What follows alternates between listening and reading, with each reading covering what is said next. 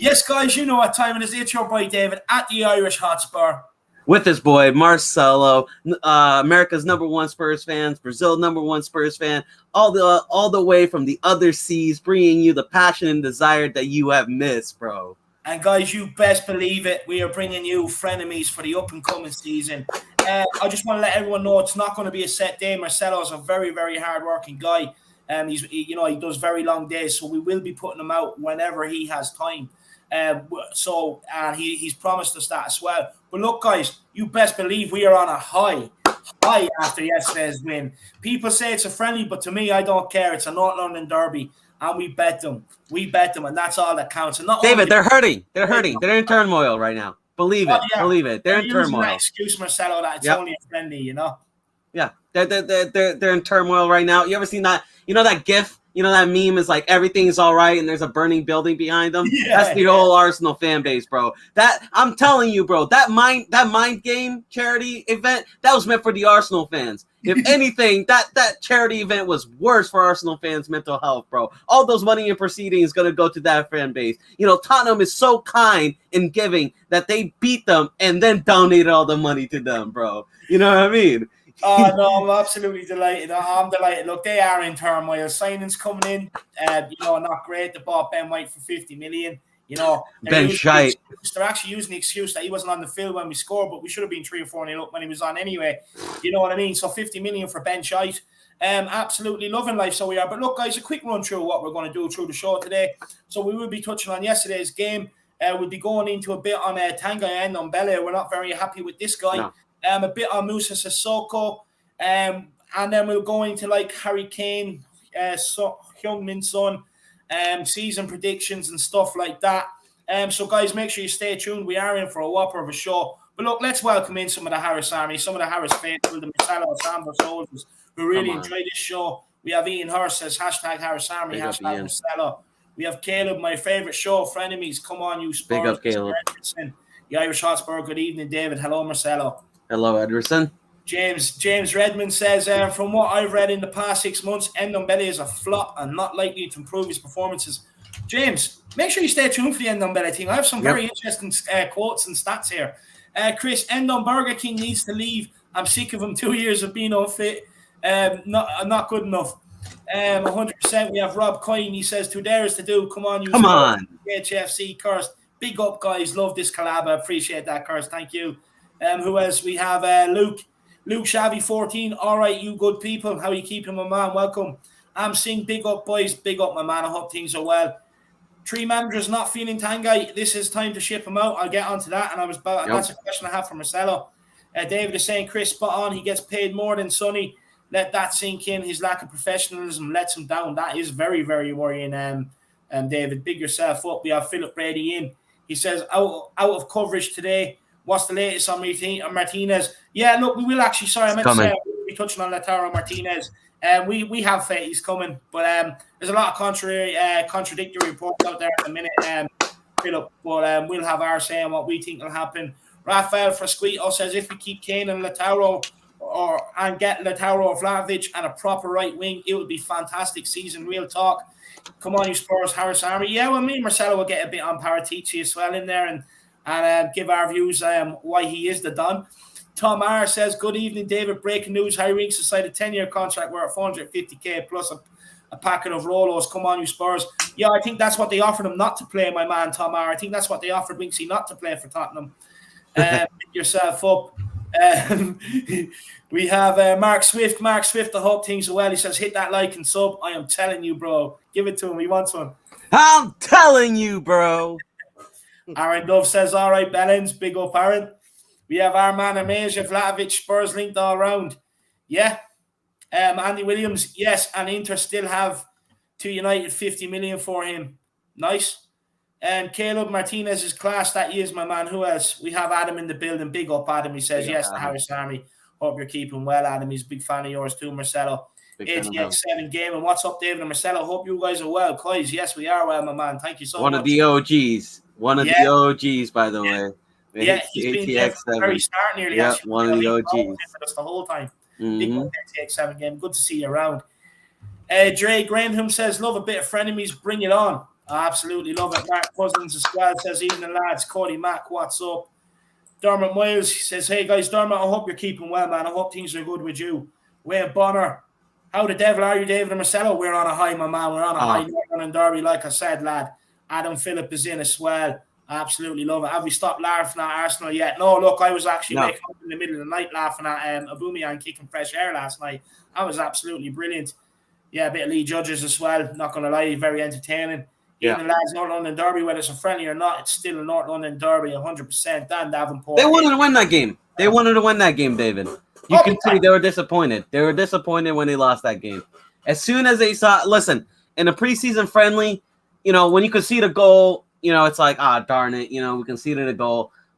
Look at the reactions of their fan base. Look at the reaction of the players. They were gutted when Sonaldo, the Korean king, the Asian sensation, just rifled that bullet right past Leno, bro. They got shook. 100%. I'm delighted. I'm absolutely delighted. Give me 2 minutes, and I do want to get your thoughts on the game. Aidan Doherty, I want to say, says, hi, lads. I hope I haven't missed a lot of streams. Been going through some bad times lately, but I came in here because of good old frenemies can cheer anyone up. No, look, man, I really appreciate that. But I will say to you, man, my email and my Twitter is below. If you ever want to chat or anything like that, feel free to hit me up, man. I'm always open. Everybody knows that. So, just hit me up, man, if you ever do want to chat. I hope things are okay with you, man. Amzo, hope you're keeping well. Brad Matthews as well. Hope things are well with you. Dan Davenport, channel member. How are things, my man? You kid as well as in the building. Shamu Van who's in here. Shamu Van Spurs. What a guy. So big up everybody. Make sure you do smash a like on the stream, subscribe on the channel if you're new, and feel free to get in super chats, to help support the channel, or if you want to get questions to me and Marcelo. I will, as always. I know not everybody's in a position to be able to do it, so I will get your comments up on screen as best as I can, regardless. But if you genuinely want it discussed or anything like that, just get in a super chat. It really, really does help support the channel, guys. But look, Marcelo, great victory yesterday. North London Derby going into our first game of the season. We're unbeaten now pre-season. We're going in with momentum. Even when we were 2-0 down against Chelsea, I remember saying to Matty, even if we can salvage a draw with this, it just builds that unbeaten feeling, that momentum going into the season. But look, how happy are you after yesterday's game, and what do you make of it? Honestly, that's our best performance against Arsenal in a long time. I mean, even after, if you think about it, we beat them 2-0 with Mourinho. And listen, it was both two amazing, brilliant individual goals. But team performance-wise, when we played Arsenal last season, it wasn't that great. They had the ball quite a lot, and I was looking back at it. The game where we beat them 2-0 at home with, Sonny's curler, the screamer. It was beautiful. But we only had 2 shots on target and 30% possession. Arsenal dominated majority of that game, the ball-wise. And although we were defensively sound, I felt this game was a much better team performance. I felt like we were just outright the much better team, while in those games, I thought we were a good team, but we just relied on Son and Kane, brilliance to get us over the line. Yeah. And it seems like that's a little bit different. I think it's just that, now it seems like we're working as a collective unit, and, we're really letting our players shine. And we should have beat them 4-0. We should have beat them.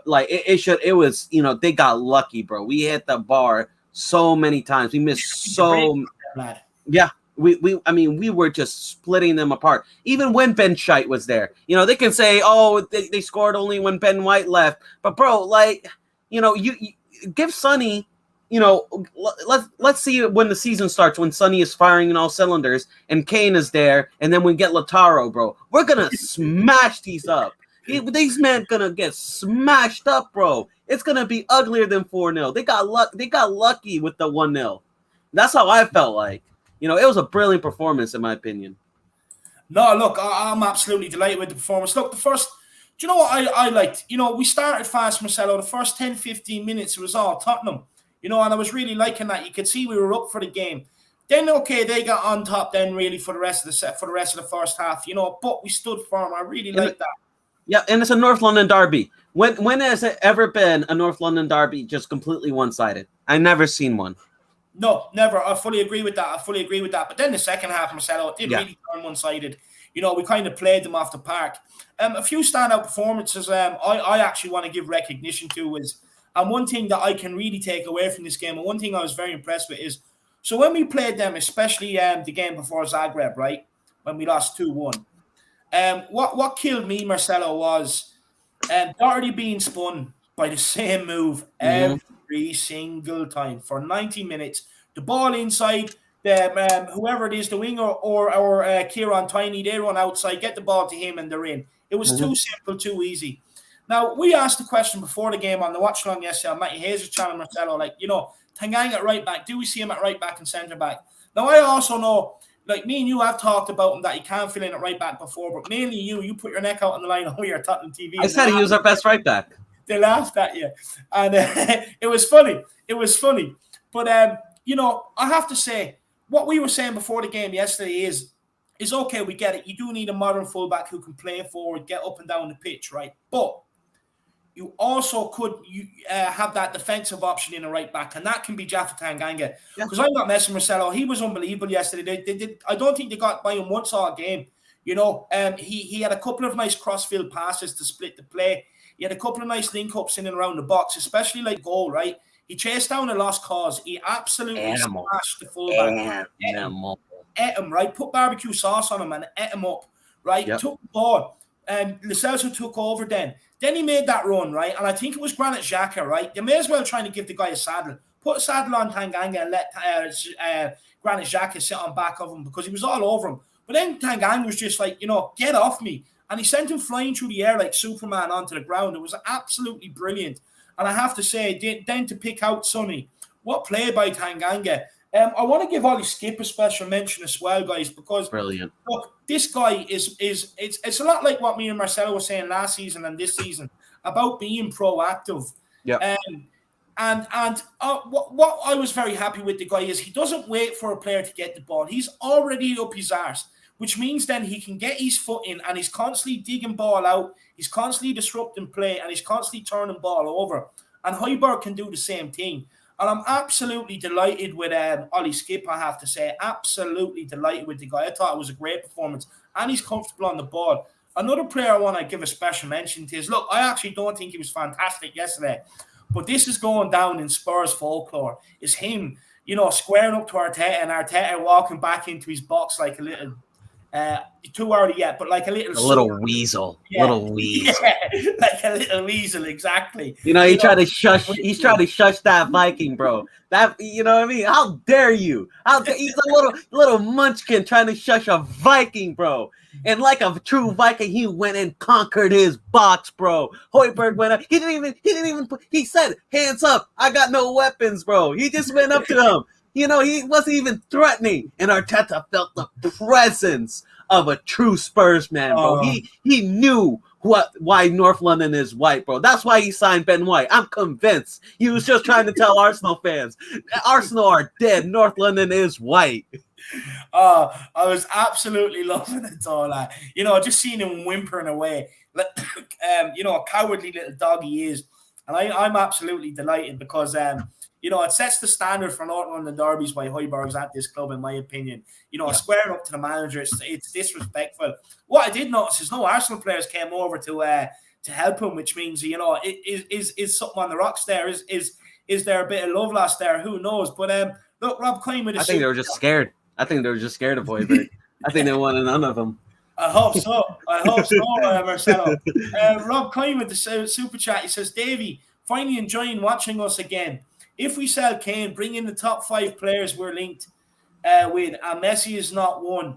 Daughter turned 9 Saturday, flew back to Ireland today with a new Tottenham jersey, getting her name at 7.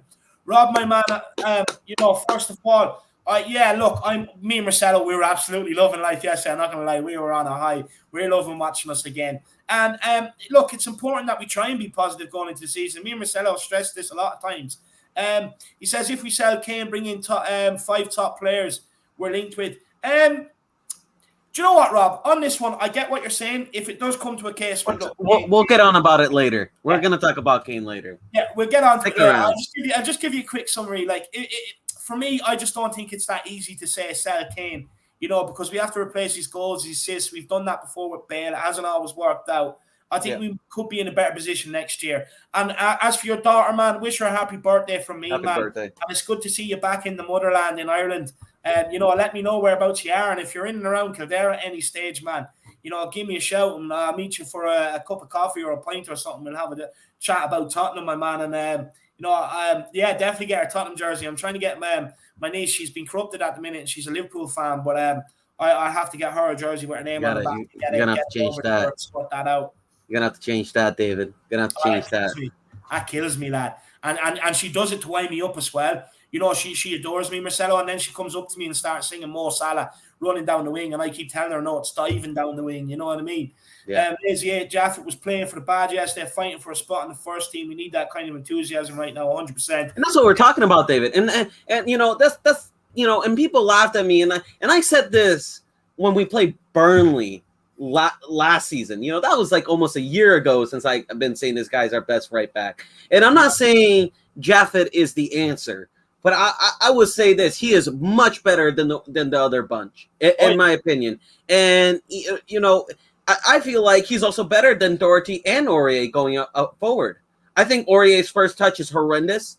I think Aurier loses the ball a lot of times when he goes forward. I think Jaffet is a lot cleaner than him going forward. And I always thought that Jaffet had a much strong, like I see Doherty and Aurier get bullied off the ball so easily. And whenever I see Jaffet, when he has the ball and players come up to him, I mean, the kid is like Superman, man. He just goes, boom, you know, and like people just you know, just fly off him, bro. You know, like the kid is something else, man. And I think he is a center back. I've always stuck to that opinion. He is a center back. But I think I'd rather put him at right back than anybody else. I really would. Yeah, 100%. 100%. I fully agree with that. Rob Kane, thank you very much for the support. We'll take a super chat from Dan N, and then I want to ask a bit more on Tanganga, and I want to send out a message to AFTV too. Dan N says, what do you think Hojbjerg said to Arteta? Probably that for his next Coneboy job, he'll have to watch out for cars and wear a reflective vest. Yeah, I hope so, man. I hope that's the case. No, what he was saying to him is look, you know, if you get sacked, I'll give you a job shining my boots if you want to know what a true leader is and if you want to walk a mile in my shoes. I bet you that's what he said to him. But Dan, 100%, you know, the next Coneboy job he'll have is watching out for cars wearing a reflective vest. I absolutely love it, man. Absolutely comical. I just want to quickly say to AFTV before I get another question to Marcelo. I hear them talking an awful lot about Harry Kane, right? And I just want to say to them, our player hasn't played any preseason games, right? Harry Kane scored 0 goals. Aubameyang has played nearly them all and hasn't scored one either. So I think they should start worrying about their strikers rather than ours.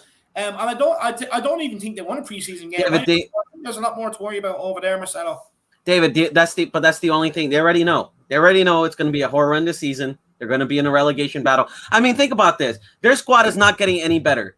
Like, if you look at stats, they're not getting better. Son, Kane, Lo Celso, you know, we got players like Romero coming in. We got a lot of young Skip. We got a lot of players that actually are still yet to reach their potential. Remember, Hojbjerg just turned 26. He's also going to get better. You know, we got a lot of players coming up that are just going to get better. They have an aging squad. They got Aubameyang, who's, you know, like his hairline is, you know, decreasing as his skills are. You know what I mean? The man is looking like he's nearly 40, man. You know, you got, you know, like a bumzeg. You know, the guy came and hit a crossbar. You know, they got Willie on, man. Honestly, Willie on, bro. Yeah, they hated their old transfer budget, bro. They went to look at their transfer budget, and all they saw was tickets for Burger King. You know, like receipts from Burger King, man. You know, the guy is looking huge, bro. You know, and then you know, like, yeah, sure, they got the Sakas and Tierney, but like, you know, Saka is only 20.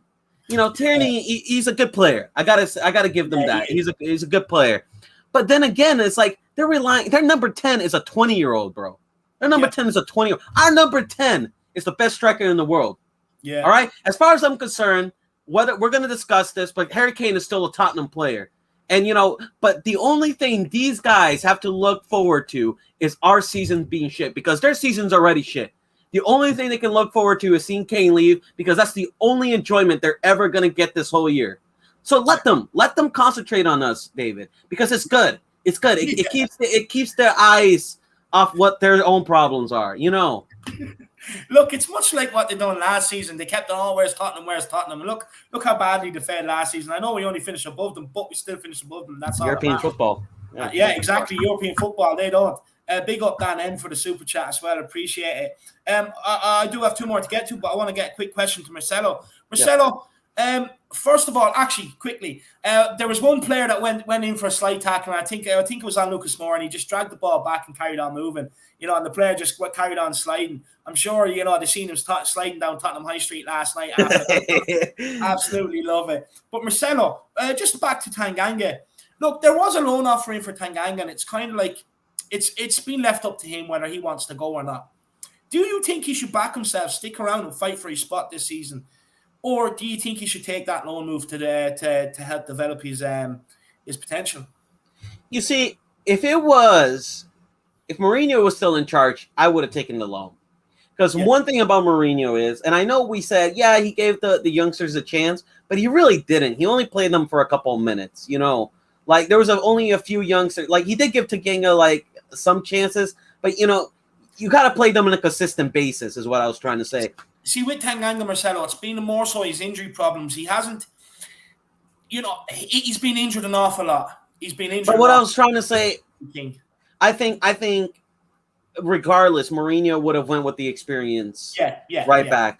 Like, Tanganga was fully fit against Arsenal, and he did nothing when he saw Doherty get spun about 100 times. So, in my opinion, I don't think Nuno will do the same thing. If you look at Nuno's track record in Wolves, he doesn't care about age. He just cares about whether the player's committed and willing to give 100%.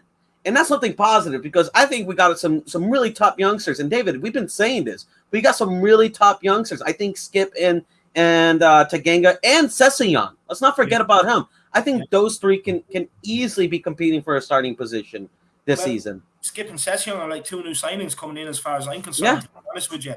Vlad Turkani says, Hojbjerg, that's it. That's the message. Yeah, he's an absolute legend, man. Animal. He's a general. He is a general for what he done. I was loving it. I was loving it as soon as I seen it. My man, Vlad, I really appreciate it, lad. I really, really do.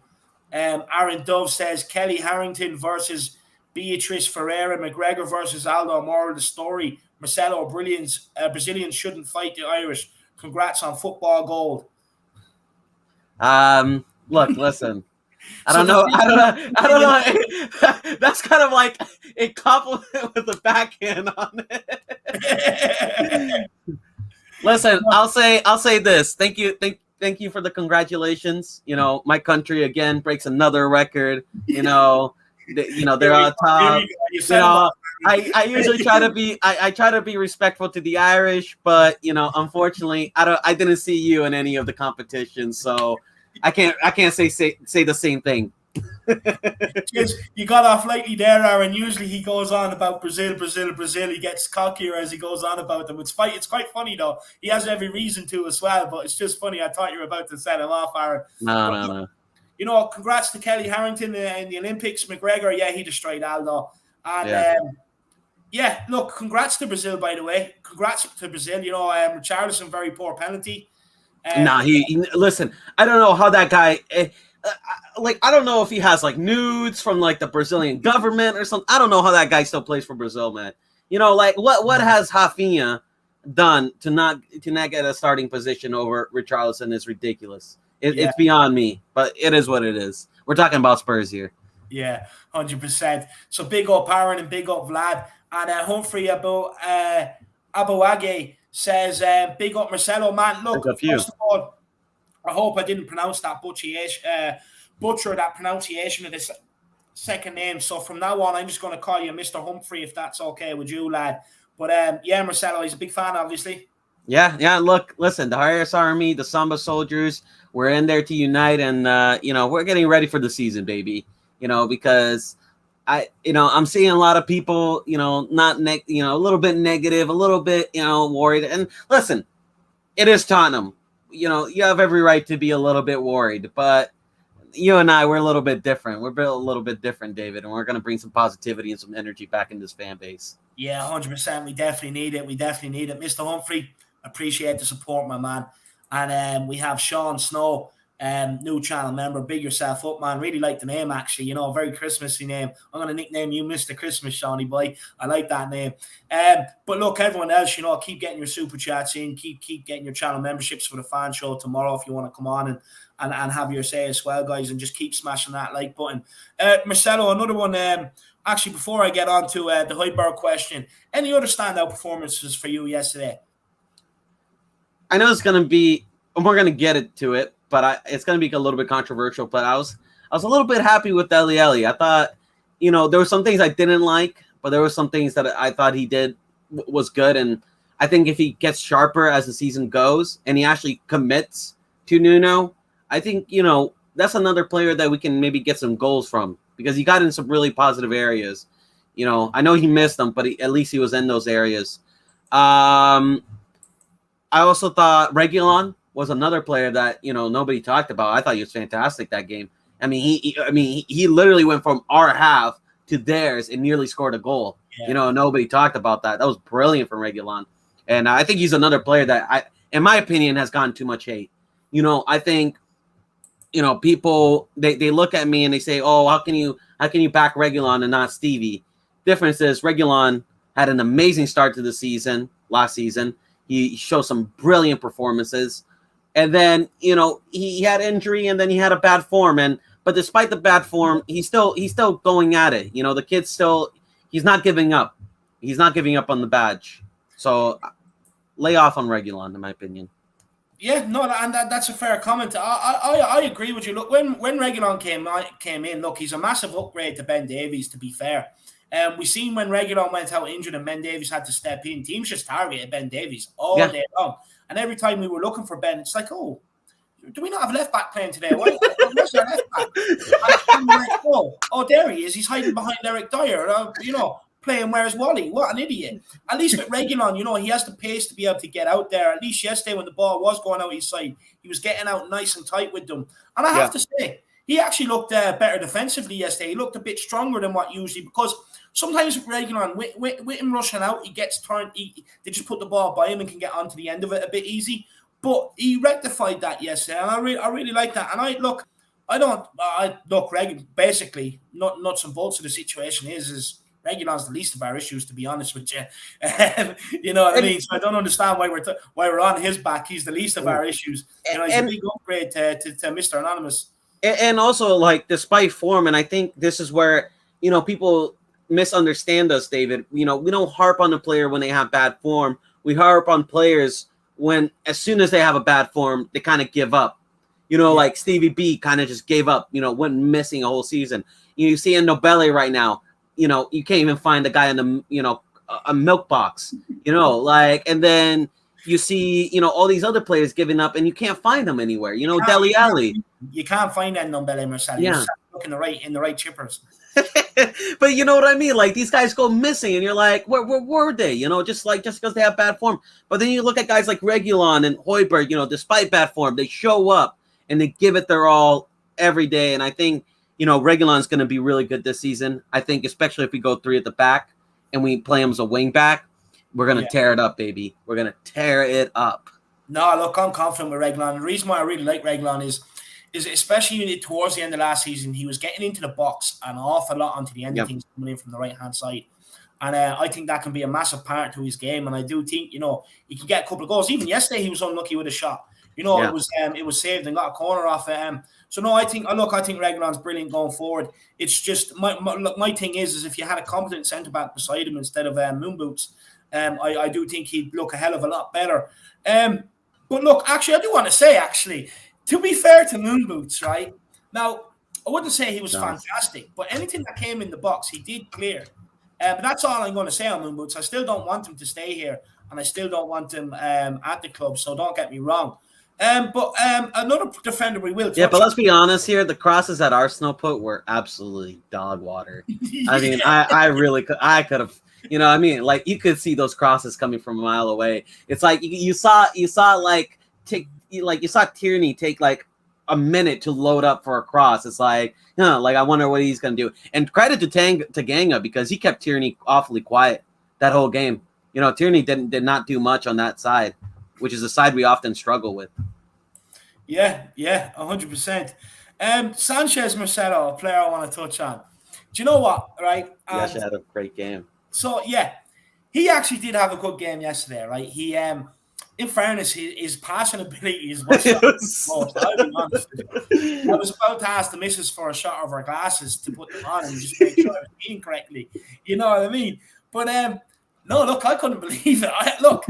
But basically, we've given him a lot of stick. And look, rightly so, I'm not taking any of it back. And I'll make that clear, I am not taking any of it back because he's woeful, especially last season. It's unforgivable. And he doesn't get the name GPS for no reason. But would you keep him around for one more season, Marcelo? Honestly, if you were to ask me the question whether I'd rather sell him or Dyer, I'd rather sell Dyer.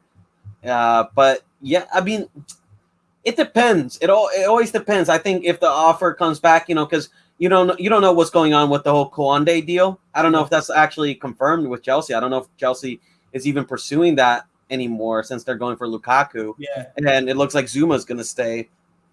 And maybe if Koundé changes his mind, and that deal between him and Sanchez come about, I would take it. You know what I mean? But it has to be for the right deal to let him go because, look, I'm not gonna put my blindfolds on, but I thought he wasn't that bad, man. He actually and he's young, so maybe Nuno can work with them.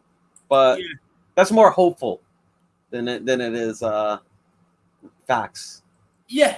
Look, do you know what? I was lying there in bed last night, Marcelo, thinking, I was like, should I go into this season just wipe the slate clean, and give everyone a fresh chance and just, forget recent what they've done to me and forget all that. But then I was thinking, so I went through them. I was like, Ben Davies, can't forgive.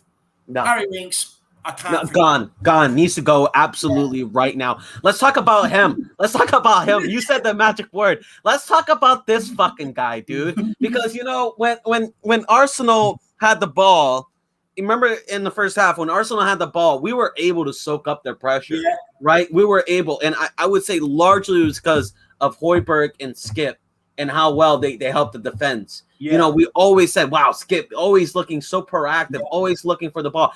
As soon as we go a goal up, bro, and then we bring Harry Winks in, you just see Saka, you just see their whole team just running at Winks. And we were like, all of a sudden, we look like a completely open team.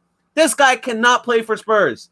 Harry Winks has to go absolutely right now. He is the most useless footballer of all time. I'm sorry. I don't often say, if you support this player, you're not a proper fan. But I'm sorry. If you watch that and you're happy with that performance, I don't know what else I need to do. I don't know what glasses we need to give you,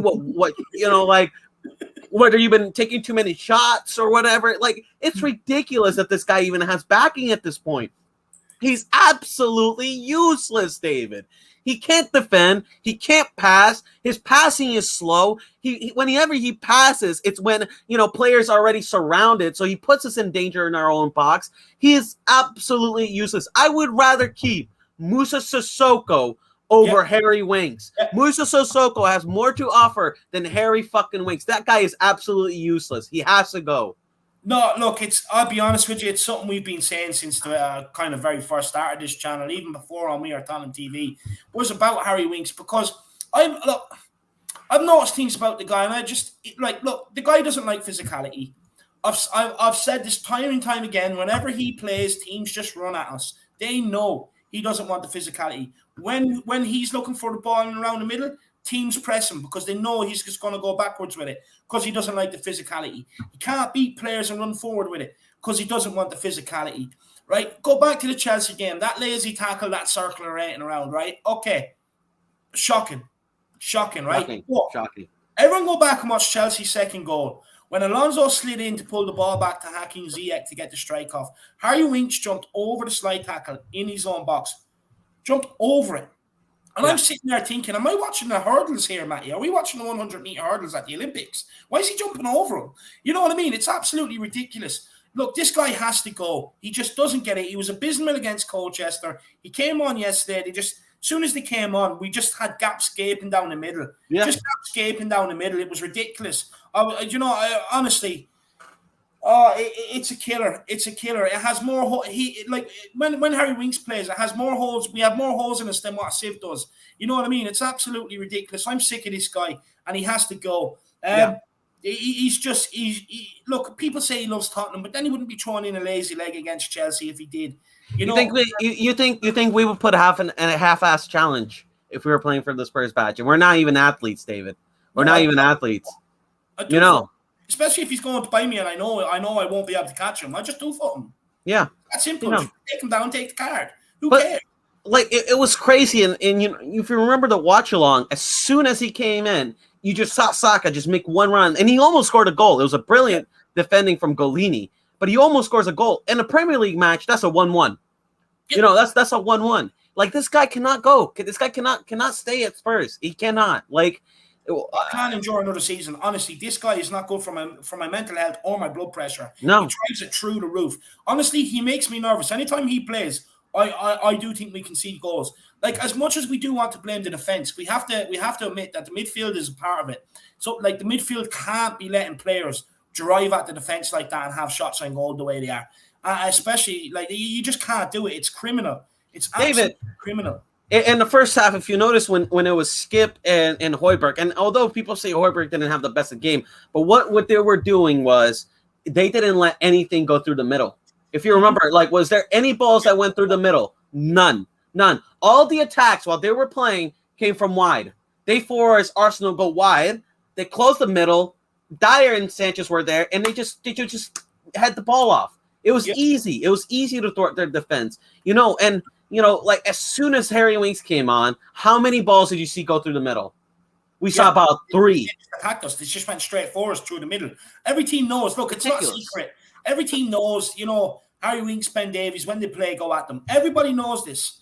Brad Matthews with a super chat. As long as Skip stays fit, I can't see Winks getting a game. Winks, Sissoko, and Aurier, cash in on them while we can. 100%, because we'll have Skip, Hojbjerg, Lo Celso, Ndombele, Dele Alli as well. So hopefully Winks doesn't get game time. I really do hope so.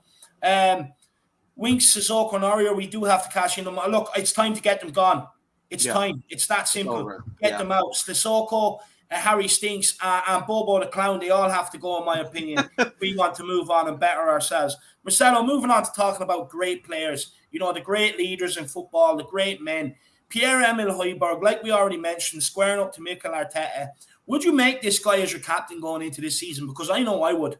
Yeah, 100%. I mean, he's, in my opinion, he's already captain just based on just the way he acts. Hugo, I love Hugo, and I think Hugo is a great, legend of the club. He'll go down as a legend 100%. Yeah. But he just, also, I just don't like goalkeepers being captain in general. Like, I just don't like it. Like, I rather it be a midfielder or a defensive player, because they usually tend to be, involved with the team more often. Most of the time, midfielders. If you look at some of the best captains like Gerrard or, Keane, they're always usually the captains. Yeah. So I would prefer him to be captain. And it's also, you want your captain to be a consistent player, a guy that gives it his all and, really holds out the badge. And I feel like Hojbjerg does that better than anyone. Yeah, for me, look, I think you have to have a man that's not that. He'll hold his hands up when he makes a mistake. He's not afraid to order players about on the pitch. He's not afraid to bollock players on the pitch and leads by example through his actions on the pitch. And for me, that's Pierre-Emile Hojbjerg. I do think we have to make this guy captain. Look, with Lloris, I just don't get inspired as him as a leader. I know he's won a World Cup, and I know he can be vocal, and I know we've seen the part of him shouting at Son in the dressing room and on the documentary and stuff like that. But for me, I just don't get inspired by him. I think, sometimes, like Hojbjerg has it all. He has everything to be a captain. Like I said, his actions on the pitch, he's not afraid to bollock players. He'll hold his hand up when he makes a mistake, and he's not afraid to order players about, and he's not afraid to take a card. He can play ball too. And for me, I think, especially in midfield, I think I would love him to be our captain, to be honest, because then he can be the one that can control the games, Do you know the way a manager relies on a captain sometimes to control the flow of the games and gives out details and messages and stuff like that? Yeah. He can be the one to pass it around. You know, not having to go all the way to Hugo Lloris, translate something, wait for a corner kick or a free kick to dish out the instructions. You know, so I really would love Hojbjerg to be captain. Brad Matthews, Also, thank you so much for the support, my man. Hugo also just doesn't seem like a scrapper. You know, your captain, you kind of need to be a little bit scared of him. You know, yeah, you have to kind of be a little bit intimidated by him. Like Roy Keane, he would intimidate a lot of the United players. Oh, yeah. You know, if any of them said anything back, there was scrapping in the back.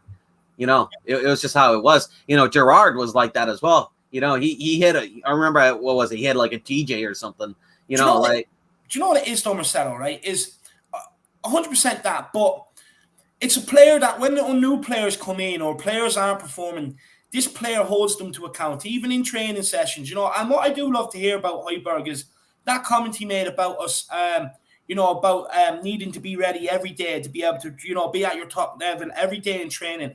I absolutely love that comment by him.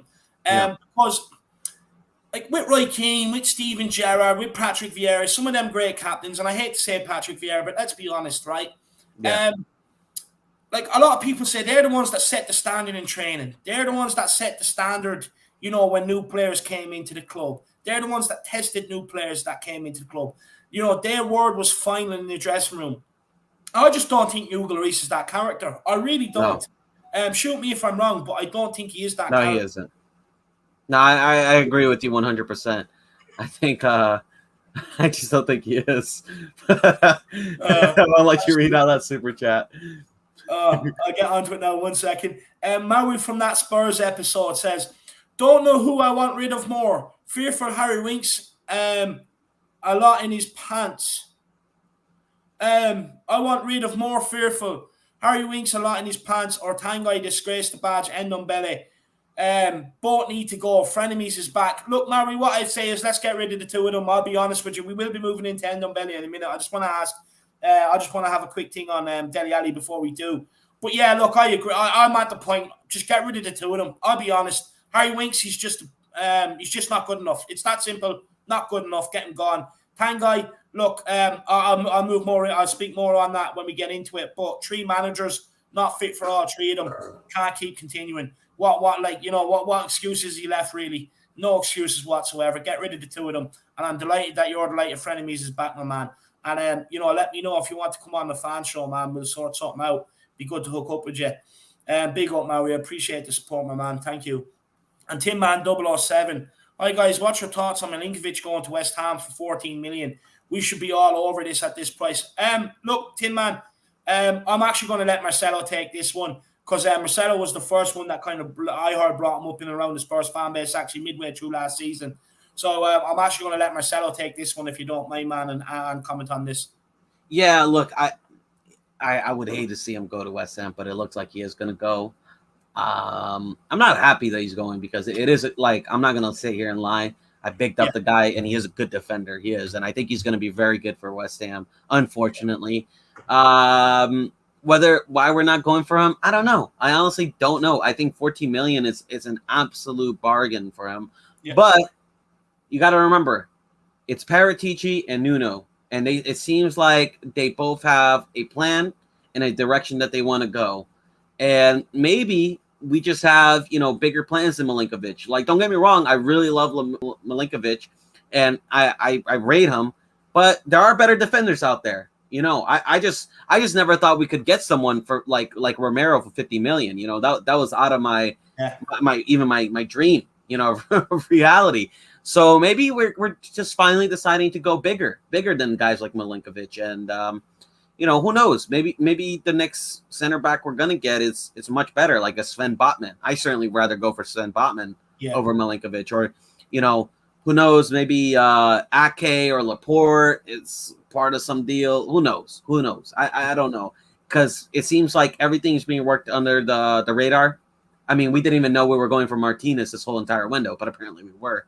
Yeah. So I'm just going to trust the process. I'm going to trust the project that Paratici and Nuno has. You kind of have to. Yeah, 100%. I fully agree. Look, 2 things on this, Tim, man. One thing I would say is if he is going to West Ham and we haven't challenged it, I would say that we do have someone better lined up. That's what I would hope. And second of all, Marcelo wouldn't have said this last season, about trusting the plan and we have Paratici, and he wouldn't have said this last season under Hitchin. So you know this guy's confident going into this season. You know it. You can see the confidence oozing through his veins. Tin Man, absolutely appreciate the support, my man. Thank you very much. Everyone else, keep getting your super chats in. I am going to keep getting everyone's comment up as best as I can. I know not everyone can do it, but if you can, get the super chats in. We'll sit here and discuss your opinions and everything else, and any questions for us, or even if you just want to support us, I appreciate it, my man. Marcelo, look, just a bit on Dele Alli before I move into Tanganga and them fat ass. With Dele Alli, look, me and you have been very vocal. We wanted him gone this summer. We truly did.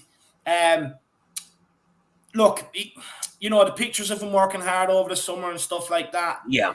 It's finally starting to look like it's starting to pay off a little. A couple of things I noticed over preseason was him getting back. Never seen him do that before. He's usually very lazy. I had a very good game yesterday. Fit.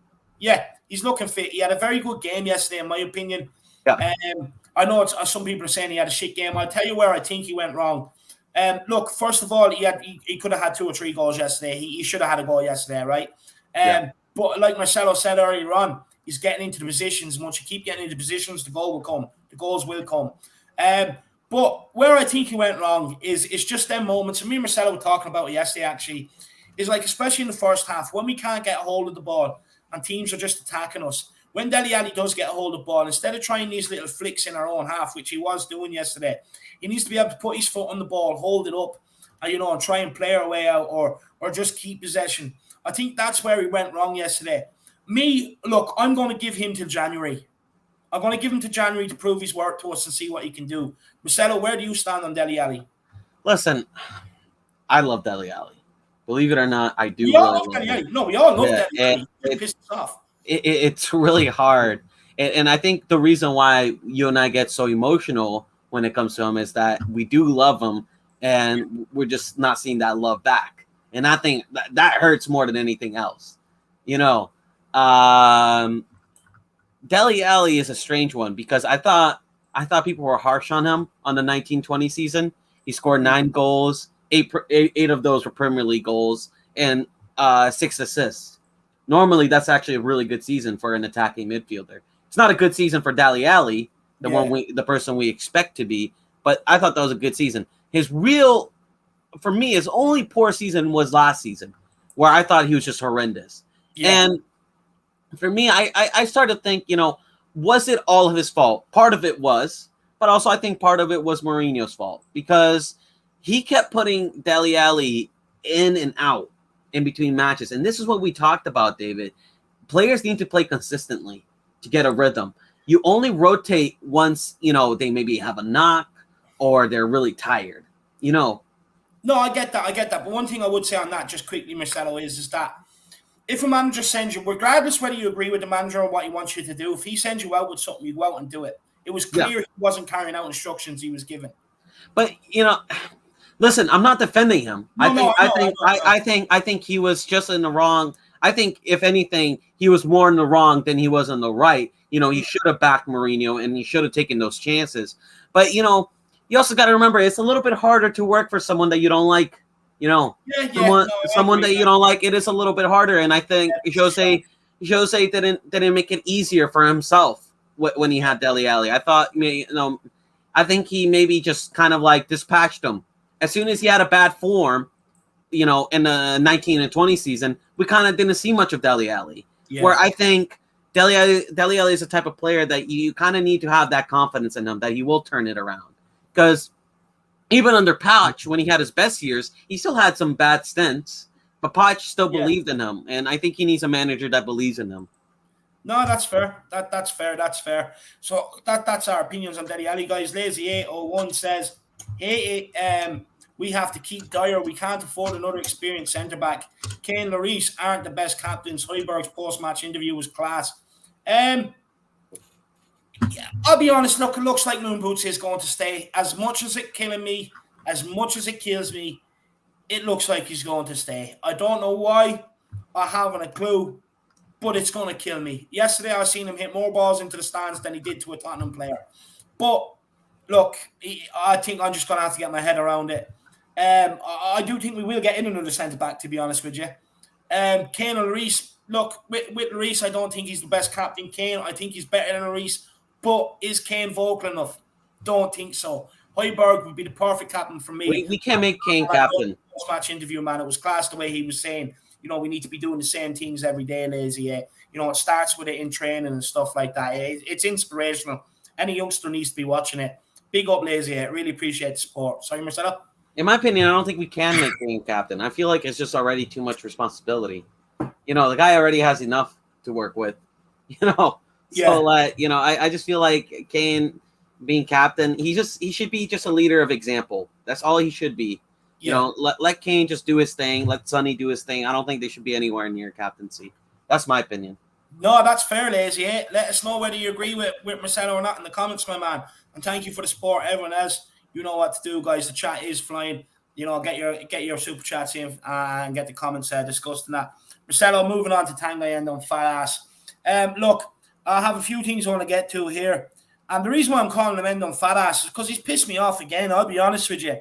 He was available for selection for yesterday's game versus Arsenal, but was not selected by Nuno.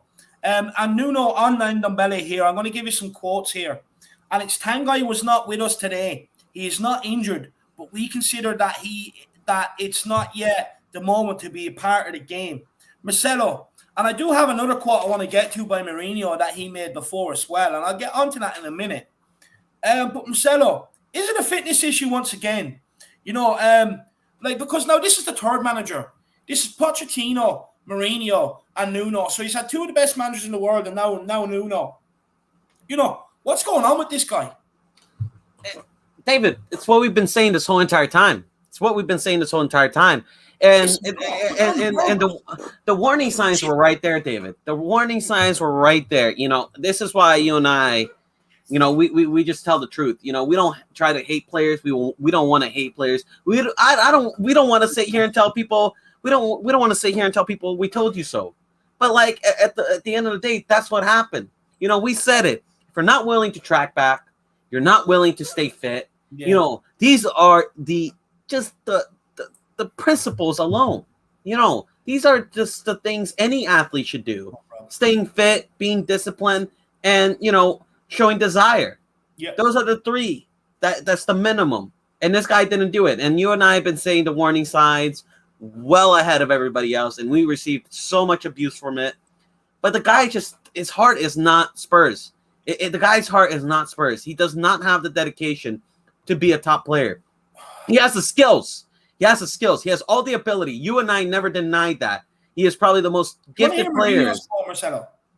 Yeah, let's hear it. I'll give you Mourinho's quote, right? And it's exactly what you're saying. That's why I want to give it now. So Mourinho on Tanganga end on Fat Boy. I think by talent point of view, by the creation in midfield, by the vision, he is second to none in this moment in European football. But the feeling is that he always has more to give. He never reaches his limit of effort or sacrifice. He frustrates me because I think he can be much better than he is. Is that perfectly summed up, Ndombele? Honestly, I don't even know if I need to say anything else. Mourinho just perfectly summed up the whole fan base and how you and I felt about him the whole entire time. It's always he can do more. He really can. And it's not us just being biased. It's not us being, trying to pick on him because we don't want to pick on him. No, I don't. I want my record signing to be the best player ever. Yeah. I want. You play for this guy. Yeah, we gain nothing. Yeah, we gain nothing from this guy being a bad player. Trust me, guys. We don't want to hate on him.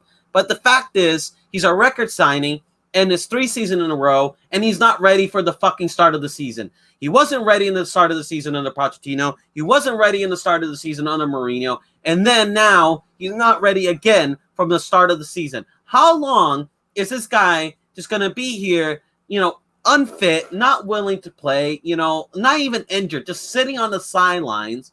And also, I don't get why we defend him so much because it's like, what has he done really for us to defend him?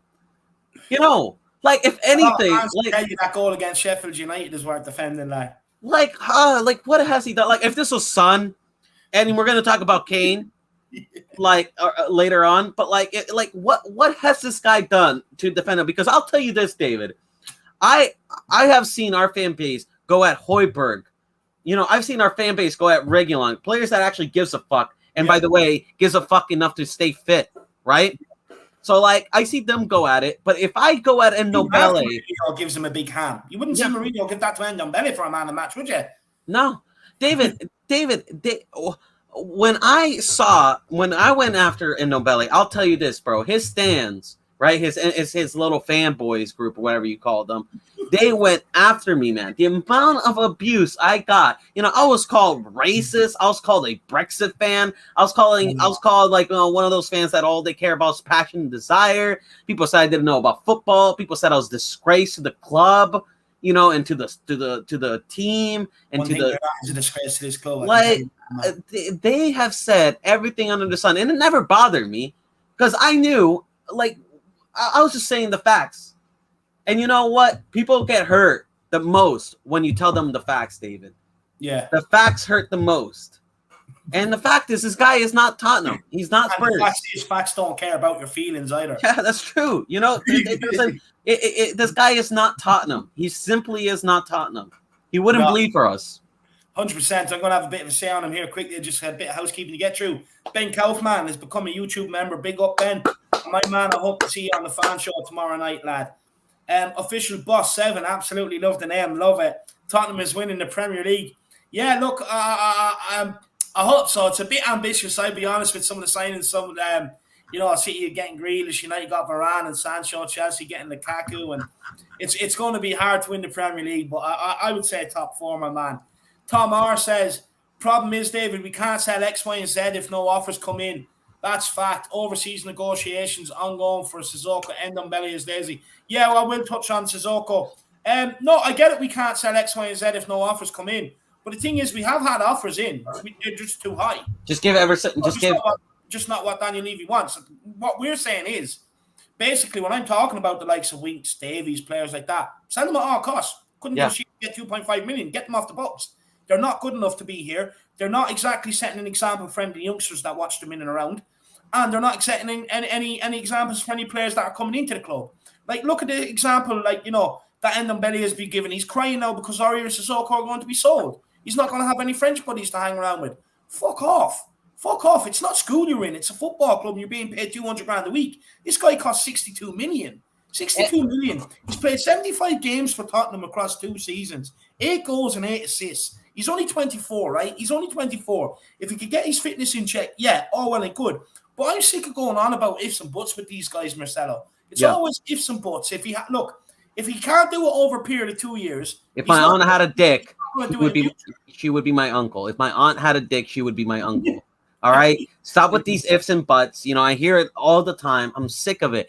Listen, the reason why guys like Sissoko are popular and like Aurier are popular is because there is this eerie, rotten feeling that has happened in Spurs for the last 3 seasons, where players are lazy, where players get away from not giving their all, where players get away from just walking on the pitch. Yeah. Players. Yep, and there has been this new thing that this new environment that has been created in this squad, where they think they can get away with that, and I think it's slowly changing. And I think some of these players don't like it, including Ndombele. I think Ndombele, he's just happy. Oh, let me just do a little flick and tricks. Every Spurs fan will love me. Yeah. Sissoko's going to give me a little, little hug, little pat on the back, and the whole happy, dressing room will be happy. I think those days are changing, David, though. I think with signings like Romero, Hojbjerg, you still got Kane and Son in there. You got Hugo. I think also Tanganga coming in, Skip, who looks like a leader. He could be a future captain himself. I think with some of these different mindsets coming in, we're gonna see who's the rotten apples, and soon they're gonna get weeded out. Believe you me. Marcelo, Tom R, you're gonna love this, but I'm waiting for someone to compare him to Gascoigne. Where he doesn't live his life right off the field, but he can do this and he can do that. I'm waiting for it. Honestly, someone like this guy here. Alex Davies, I'm sure he'll make that comparison soon. With Ndombele being a new Gascoigne. Gascoigne won us an FA Cup, and Ndombele has done fuck all for Spurs. Gascoigne's an absolute legend, bro. You know what I mean? That guy went, had a pint of beer and, smoked and then still played 90 minutes. My man has the best nutritionist in the world and he came and played 30, bro. Come on now. Like, come on now. Like, let's just face it. The guy is soft. He ain't no Spurs boy. Big up, Tom. I really appreciate the support. We have Rob Coyne here. In Roy Keane's words about Robbie Keane, he didn't have the baby. Ndombele was. Yeah, so basically, Marcelo, right? When Roy Keane was assistant manager of Ireland, they asked him about, will Robbie Keane be playing tomorrow night because his wife had a baby? Roy Keane basically turned around and goes, well, Robbie Keane didn't have the baby, did he? So I expect him to play, right? And then Ndombele, was it him or his missus who had the baby? Yeah, 100%. I agree with this, Rob. It wasn't Ndombele that had the baby. At the end of the day, look, I kind of hope that having a new baby will give him the drive and the desire to be the very best he can be, the very best athlete, live life properly and stuff like that. I know sometimes having a kid can inspire people and get them to completely change their life around and stuff, but I doubt it. I think he'll always have a weak spot for a kebab, for a burger, for all the bad things, a can of Coke and stuff like that. But I don't know, David. I don't know. Judging by the man's gut, he might have had the baby, bro. He might have been the one that had the baby, man. You know what I mean? Like, we don't know what happened. He hit the baby, Marcelo. Honestly, it would have explained a lot if he did have a baby, But it's ridiculous, man. Okay, unless if your baby is being born that day, I understand. I will never ask any man to miss the birth, to miss the birth of his child. But fuck it, man. Once that kid pops out, you're back to playing. You're back to being a player. Get back in the fucking, get back working. My dad, he went, saw us get born, but then the next day he was back fucking feeding us, He was back working, and that's how it is, bro. None of this whole, let me take 1 week off. Fuck that. You're a player. You get paid a lot of money. Couldn't agree more. And thank you for the support, Rob Coyne. And finally, thanks for reminding me of that, actually. That's a great point, Rob Coyne. I appreciate that quote coming in. Sean Snow with a generous super chat says maybe Levy and Lewis are actually understanding that investment in the squad instead of investment in property, golf courses and art galleries bring more return if we live in the top four. Sean, look, what I will say to this is I think it's a combination of the bad press he was getting, the pressure the fans were putting on him, but Paratici coming in, he has to know how to get the deals done. Romero deal wouldn't have happened if that other was in charge, Hitchin, if he was still in charge of doing them. Yeah. It wouldn't have happened. He didn't have to pull with Daniel Levy. With Don Paratici, look, he clearly has the pull. And I just hope that, and I agree. I hope Levy and Lewis have actually understand that investing in the squad will bring more returns further along the line. I really do hope so, because they need to realize, we can't keep falling the way we're falling. We have to stop the decline, and hopefully Don Paratici coming in and getting some of the players in.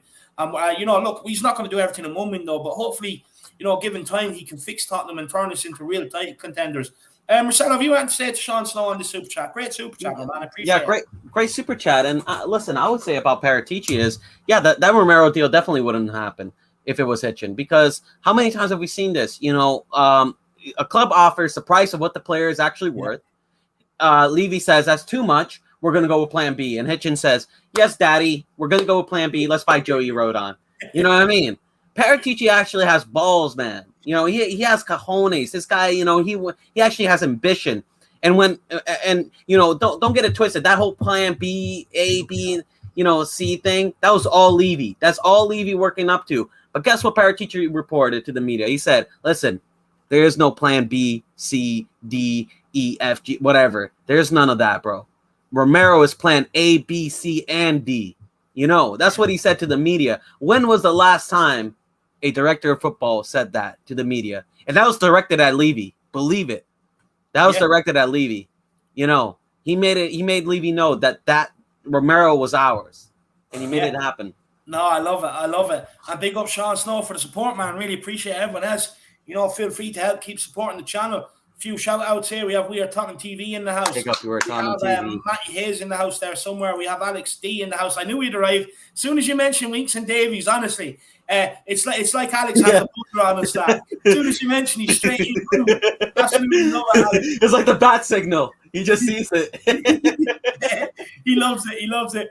Ben Kaufman says Paratici is a massive help for Levy, 100%. Who else have we got here? Oh, we have a super chat to get to here. He says the Yankee Yid show. How good can Lucas be this season? And does Kane start this weekend if he's available?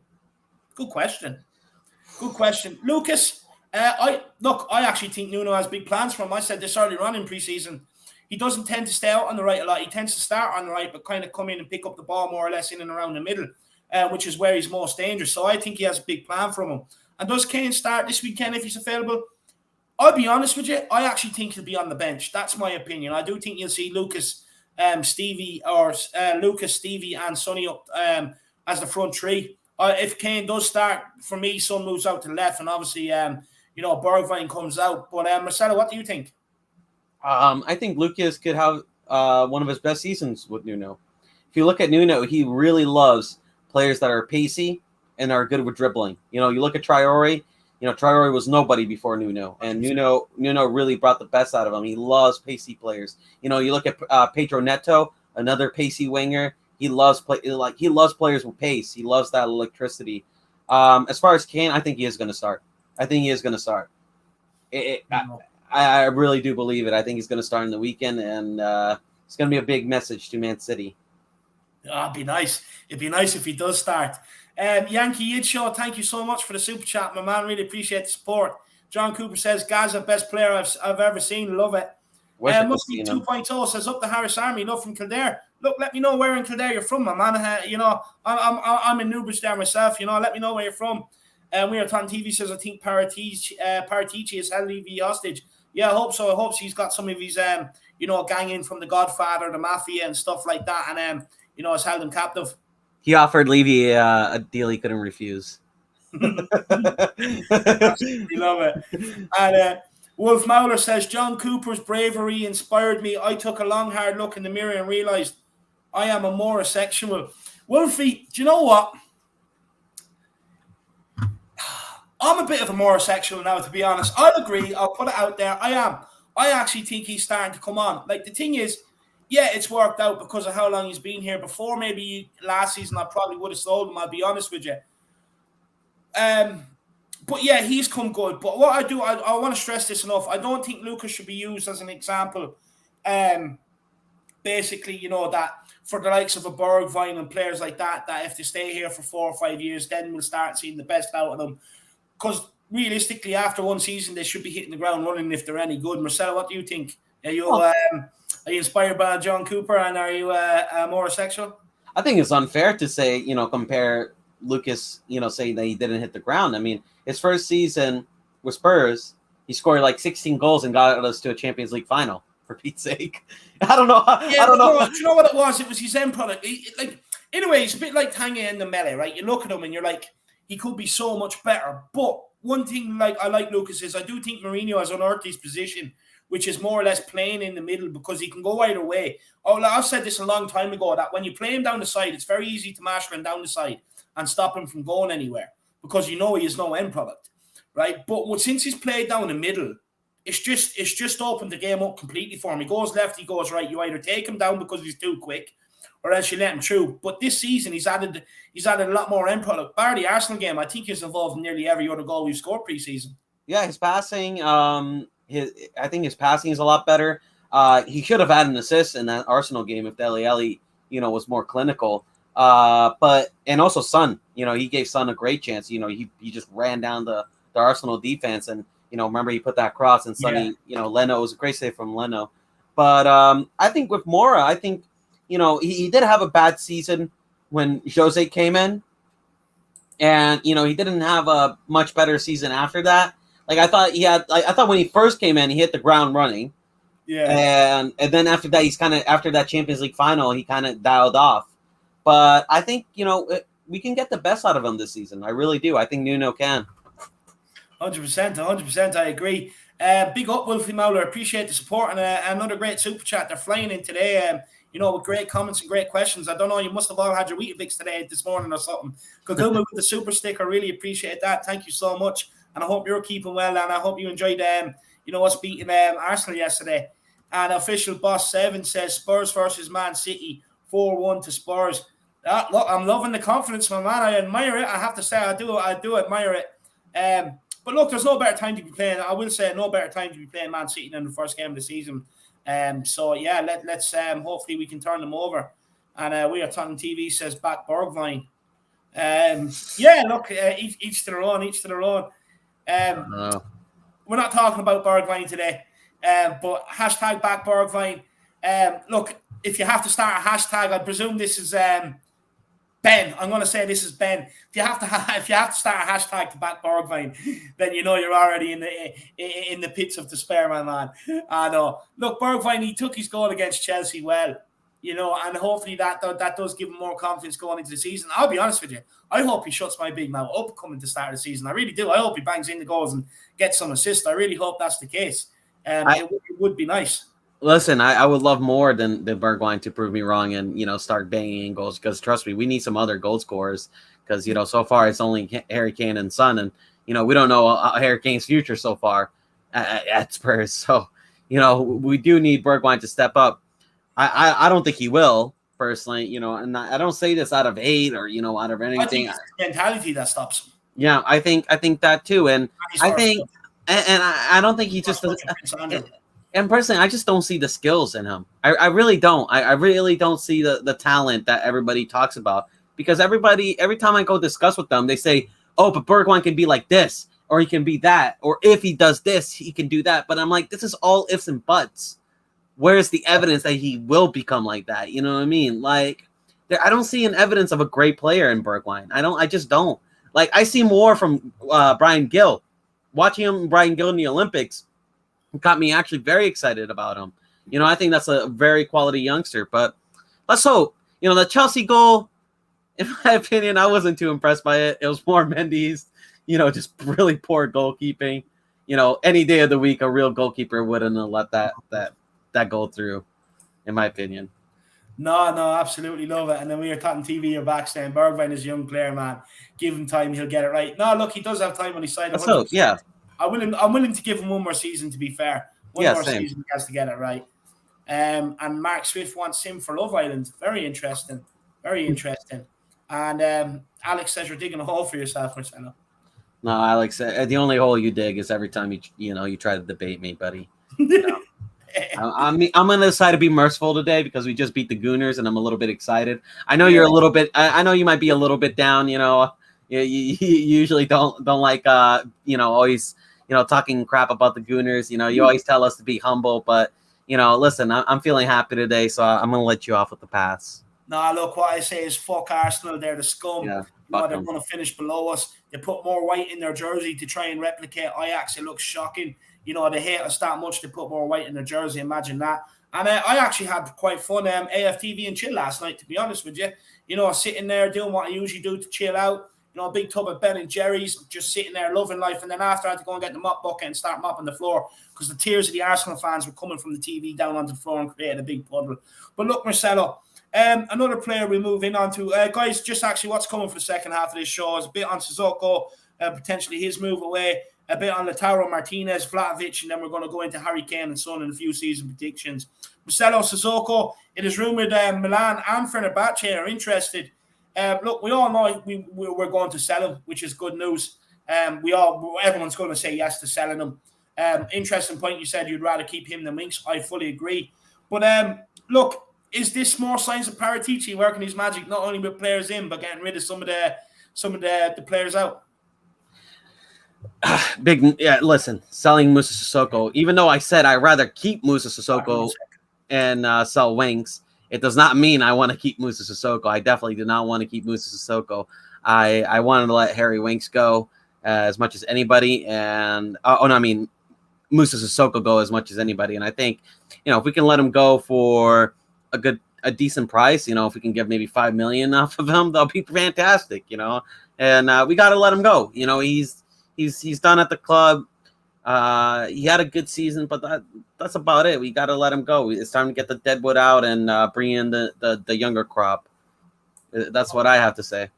100%. And Marcelo, I'm just getting a drink. Marcelo, really, Bryan Gil in the Olympics, not one single start for an under-23 team.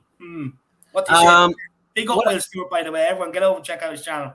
Listen, I love Will, but Will, you need to put some of those stats down and actually go and watch the games, buddy, because every time he did come in for Spain, he definitely changed the game. And he listen, after he came in against Brazil, we were dominating Spain, but after he came in, he put our fullbacks on a skid, bro. I mean, the kid is talented. He's only 20 years old. He's only going to get better with time. And I think, is he for the here and now? No, he's not here. He's not for the here and now. We all know that.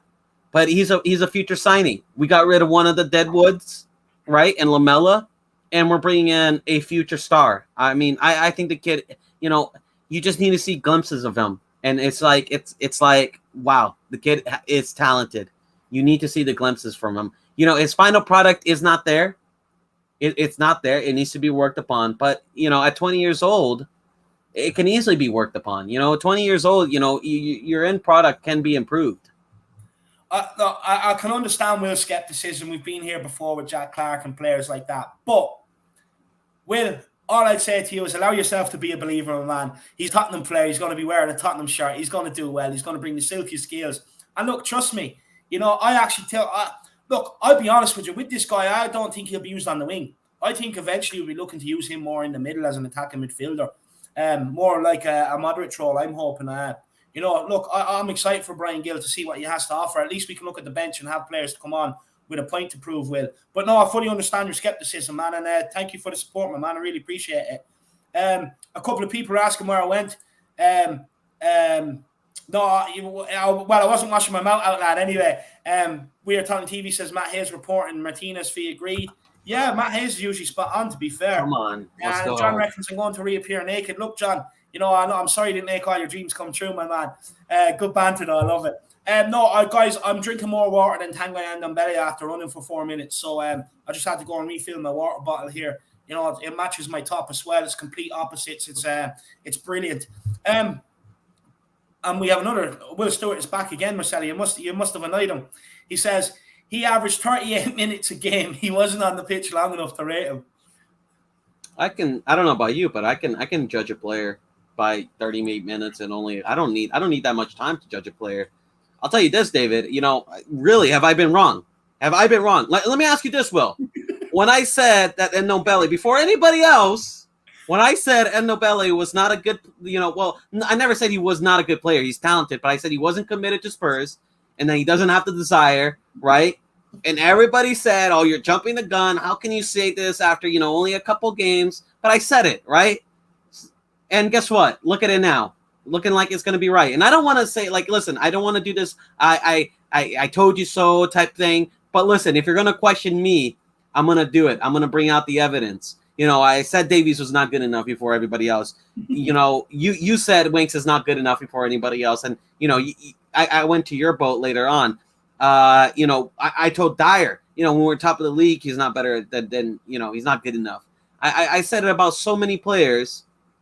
And I said it about Stevie Bergwijn. I'm, honestly, I don't need all these stats. I don't need all these 1 year evidence. I can watch a game and I can tell if a player is good enough.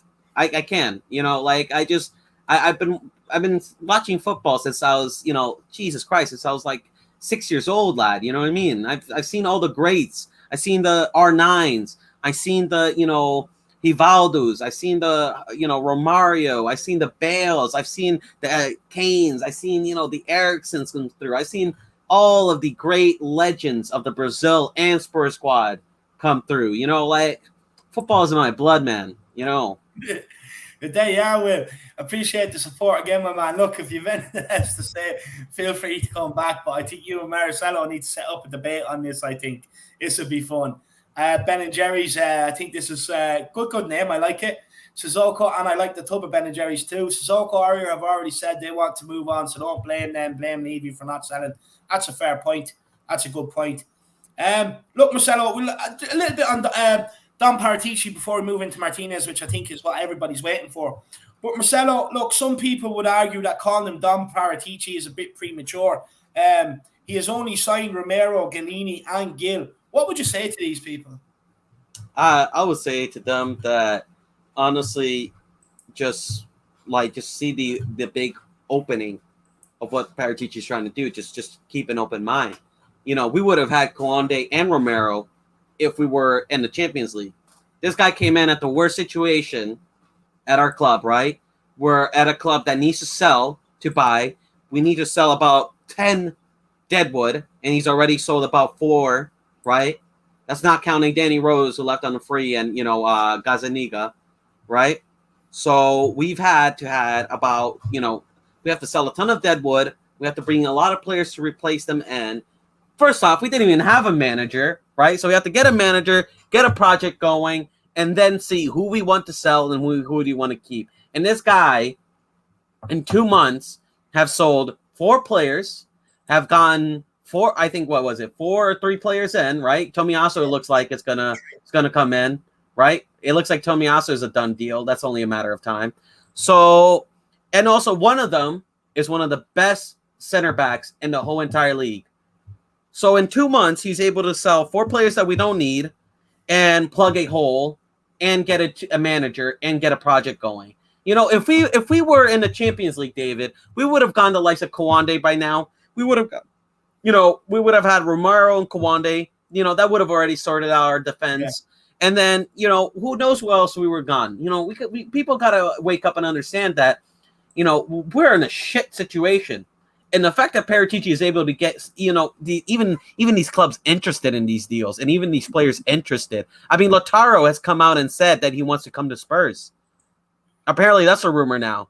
Wake up. Look at the bigger picture. Not everything needs to be, evidence, facts, or stats, or numbers, or anything. There is such a thing as having a vision and trying to, predict the future. And listen, what I'm seeing from Paratici, it looks like the future at Tottenham is bright. And he is a Don. He is. You don't win nine league titles in a row without being a Don. You just don't.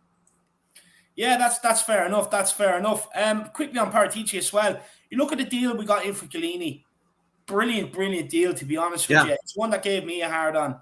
Getting Lamela out. Actually, this is one for Will Stewart. How do you feel about Lamela leaving for Bryan Gil? Surely that's an improvement, Will, because I know you didn't like I know you weren't a fan of Lamela whatsoever. So it'd be interesting to hear your thoughts. Do you think it is an upgrade on Lamela maybe? Look, I can understand what you're saying, but I'd be interested to know if you think it's an upgrade, to be honest with you. And then on Paratici, you look at the deal for Romero, it doesn't have to be paid to next season. Pay it in January or next season if we want, which means now we can use that funds to allocate now to get another player in. Again, the money doesn't have to be paid for another year or two. I think it is 2 years even. So again, with Lloris 1 year left on his contract, we're not going to be ripped off in the summer if we do need to go out and get another keeper because we have Chiellini, and it's only costing us 15 million. It's not paid right away. So again, more money we can spend on another player. And then you look at some, he's got rid of Joe Hart. That's a plus in my opinion. Look, selling Toby, I was a bit upset. I would have rather kept Toby, but I can understand the thinking behind it. So look, I do think Paratici is working his magic. Do I think he can do it all in one transfer window? No. I do think it's going to take another 1 or 2 transfer windows, maybe 3, but 2 to definitely start seeing the effects of it on the pitch, I think. But I think we will get there on the Paratici, and I am going to call him Don Paratici just because I love Tottenham too much. So I give everyone a good nickname unless they piss me off. Marcelo, Will Stewart, THFC says, I'm not saying he isn't good enough. I'm saying not enough information at this time, lad. On defenders, you are my go-to. I got the midfield. Moura, #10. What do you say to Will? Listen, look, you may be giving me the defense, but I'm taking it all, bro. When it comes to football, I back my own opinions more than anybody else. You know me, David. When I have an idea, I stick to my guns until I'm proven wrong. If I am proven wrong, I am willing to man up. But listen, sometimes it's not about just, we don't have enough information. Nobody had enough information that Harry Kane was going to be a good striker. Yeah. Nobody had enough information that Son was going to be a world-class winger. Nobody had information about Dele Alli and what he would have been. We bought him for $5 million. Sometimes it's about having a vision and about, you can see in players certain abilities. Like when I see Bryan Gil, I see a really nice first touch, really rapid pace, dribbling. Okay, he's not as physical. Its end product isn't fantastic, but those are all things you can work on and get better. So if we can improve those things, we have a player. It's all about understanding what makes a good player and what makes a great player, and seeing how you can fine tune those things. That's what Pochettino had. Pochettino would often see, real skills on players that nobody else would see. And that's what you need to, keep an open mind in football. Is you look at a player's ability and whether they can improve in certain areas or not. And if you can, you can actually make an amazing player. And listen, I think Bryan Gil has that. I think he does. I think he has a fantastic first touch. I think his dribbling is it's honestly amazing. He almost when he went past Dele Alli, it almost gave me Gareth Bale vibes, David. Yeah. It gave me Gareth Bale vibes. I mean, he just absolutely skinned my man. And I love Dele Alli, but he made him do a split, bro. And he's got a left foot. I saw as soon as he got an opening, he had he almost scored a cracking goal from a distance. Yeah. So it shows that if you fine tune some things, you have a good player. And that's what the type of mentality you need to keep in football. That's how you spot talent. 100%. 100%. Well, there you are, Will Stewart. I hope you enjoyed Marcelo's conversation on the Super Chat, my man. Hopefully you didn't find that a waste of time, you know what I mean? But big up, Will Stewart. Appreciate the support. I love Will. I really appreciate the support, lad. You're an absolute top man. Everyone get over and check out his channel as well, please. Ben Kaufman says, all news aside, I am incredibly excited to walk up to Tottenham High Road and watch the mighty Spurs win, lose or draw, Tottenham till I die. Ben, let me know if you're a season ticket holder. If you are, fair play, my man, and I hope you enjoy getting back into the ground and enjoying this season. It's I really do hope you enjoy it, win, lose or draw. Sit there, sing your heart out, my man. And I appreciate the support as well. And look, I wish I was a season ticket holder. I'm not going to lie, I do get jealous. You all get to gear up. I used to live over there. I know it's like getting to go to a game. You gear up, you get up there around early, get your few drinks in and whatever else, and you go and enjoy the game, the excitement. You're absolutely bollocks by the time you get home as well. It's a great day out. Me, it's a bit different. I get up, get excited, get the songs on, then go and join Matty Hayes for a watch along and stuff like that. But Ben, appreciate the support, and you enjoy yourself this season. Really do enjoy it. Make the most of it. Any season ticket holder out there, enjoy it. It's been a long time away from the home, so please, I do encourage you to all get out there and make the most of it and enjoy yourselves. But Marcelo, look, we are going to move into a bit what everyone kind of wants to talk about now, and it is Lautaro Martinez. Look, we're heavily linked with Lautaro Martinez. Matty Hayes has tweeted that Tottenham have agreed a fee with Inter Milan, but there's been many conflicting reports throughout the day. Some saying that was agreed before the Lukaku deal, and it's not going to happen now. Lukaku is going to Chelsea and stuff like that. But Marcelo, this guy only has 2 years left on his contract, right? He's only on 45k a week. Do you think we can get this deal done? Yep, it's going to happen. I'm saying right now with my chest, like I said with Romero, I think it's going to happen. I just believe in I just believe in Paratici too much. I think he can get this through, and I feel like right now with the Harry Kane situation, we kind of have to. We can't bottle these deals anymore, David. Because you know where you're from in Kildare, lad. Because believe it or not, Harry Kane is looking at this and he's like, okay, they got Romero, okay, they're in for Lautaro. If we sign Lautaro, he's going to be like, okay, wait, hold on a second. We're doing something. And that's what Kane said. He just wants to see ambition from the club. And I think right now Daniel Levy and Paratici know that we kind of have to start signing some of these players. And I think, the deal for, what was it, 60 million? It's just too good to be true for a player like his caliber. I mean, he will guarantee us at least 15 Premier League goals, if not more, David. And he's only 23. Well, I'll give you some stats. With Inter Milan, he's played 132 games. He's got 49 goals and 20 assists, which for me, is a good stat. So you can take it there. So I have 132 games, roughly 70 games he's either scored or assisted in, which is a really, really good record to have. And you can only imagine that get better with the likes of Son and Kane around him. Especially when you consider a lot of the games he started were, he played at Inter at a very young age. So he was probably 19, 20, 21, 23 at those age. I mean, he's a very young striker. And to already have, what did you say, 70 goals? 49 goals and 20 assists. 49 goals and 20 assists. That's very good. An assist is just as good as a goal. Yeah. So, having around, 60 or 70 goal and assist ratio for 23 is fantastic. And yeah, and like you said, he's only going to get better if he's next to Kane. And you saw his best season was when he was next to a striker, you know, like an imposing striker, because it gave him the space to be free. And you know, I think Kane could give him the space, and you know, especially Sonny coming in from the flanks. Man, if we can get Lautaro, that'll be a fantastic deal, and I think we will. I think it's going to happen. And plus, if we do get him, Marcelo, I've seen a lot of reports that Nuno would like to have the option to play two up front if he needs. And for me, I think it'll complement Kane if Kane does stay perfectly well. And let me tell you a reason why is because what you can do is you can have Kane dropping deep like he was last season. Because last season, Kane was dropping deep, getting the ball out to Son and Lucas, right? But then if they didn't have a clear run kind of into the box, they were held up and they had no one in the box to kind of pass the ball into or a focal point in the box to be able to cross into, right? So I do think with that, Harry Kane, you can still allow him to drop deep and play the way he was playing. But then that allows Lautaro Martinez to stay up top, get all them runs in behind and everything else. So I think it'll be an absolute brilliant move, and I think it would complement Tottenham's options very, very nicely. And plus, look, this is a guy that's he's tipped for the top, to be honest with you. A lot of people highly rate him, and look, I highly rate him too. I actually think it would be a very good deal. I think in around, look, I've seen reports ranging from 60 million to 80 million. So it's hard to know what the actual fee will be if we can get it done. But I do think it will be an absolute great deal, and there is potential to get it done. I know, you know, Inter don't really want to sell their two best strikers, and I know that they're financially cash strapped right now. They could go into financial ruins. But, like, look, the guy has 2 years left on his contract. He's on 45k a week. So there's potential for us to kind of, if we wanted to, double his wages. And there is potential to get the deal done, because if he doesn't sign a new contract, it means Tottenham would probably go back in again next summer and get him even cheaper. So there is a kind of bit of a business decision to make there if you're the Inter president, to be honest with you. Look, Marcelo as well. Reports, anything else you want to say on Lautaro Martinez, actually?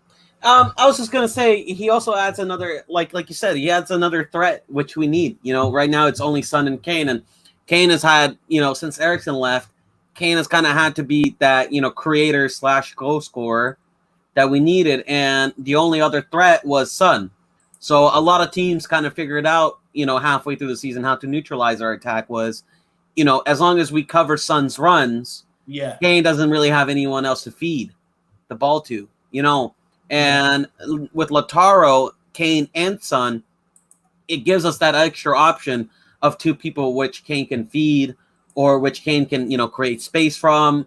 It just creates a whole new element. It's, you know, it's bringing in a world-class, you know, forward. And that's what we need right now, man. You know, we also need goals too. You know, like if we can, you know, just pump teams with goals, it'll be amazing. Yeah, 100%. Daniel B to go. Email me, my man. Email me. I do remember. 100%. Look, I think he complement absolutely perfectly, to be fair, and I think it'd be a great signing, and just to even be kind of going after boys like that this window, it's a big upgrade from Carlos Vinicius, who we bought in to kind of fill the gap last season and bought him in on loan. You know, it's good now that we can that we're looking to fill it properly. But Marcelo, do you think that's maybe because it's been accelerated because of we don't know what the story is about Harry Kane, really? Do you think that's kind of accelerated them to kind of finally sort that position out, even though they've had about 5 years? No, I think we're going along despite it, because if you remember, I don't think Harry Kane has nothing to do with this deal, if I'm going to be honest, because apparently we've been talking about Lautaro since the window opened. So, and that was before Kane, you know, the whole fiasco about whether, you know, he was going to show up to practice or not. That was before that. So I think he was a player we were interested all along. I really do. I think, you know, and we need to, because we lost Bale. So we lost 15 Premier League goals right there.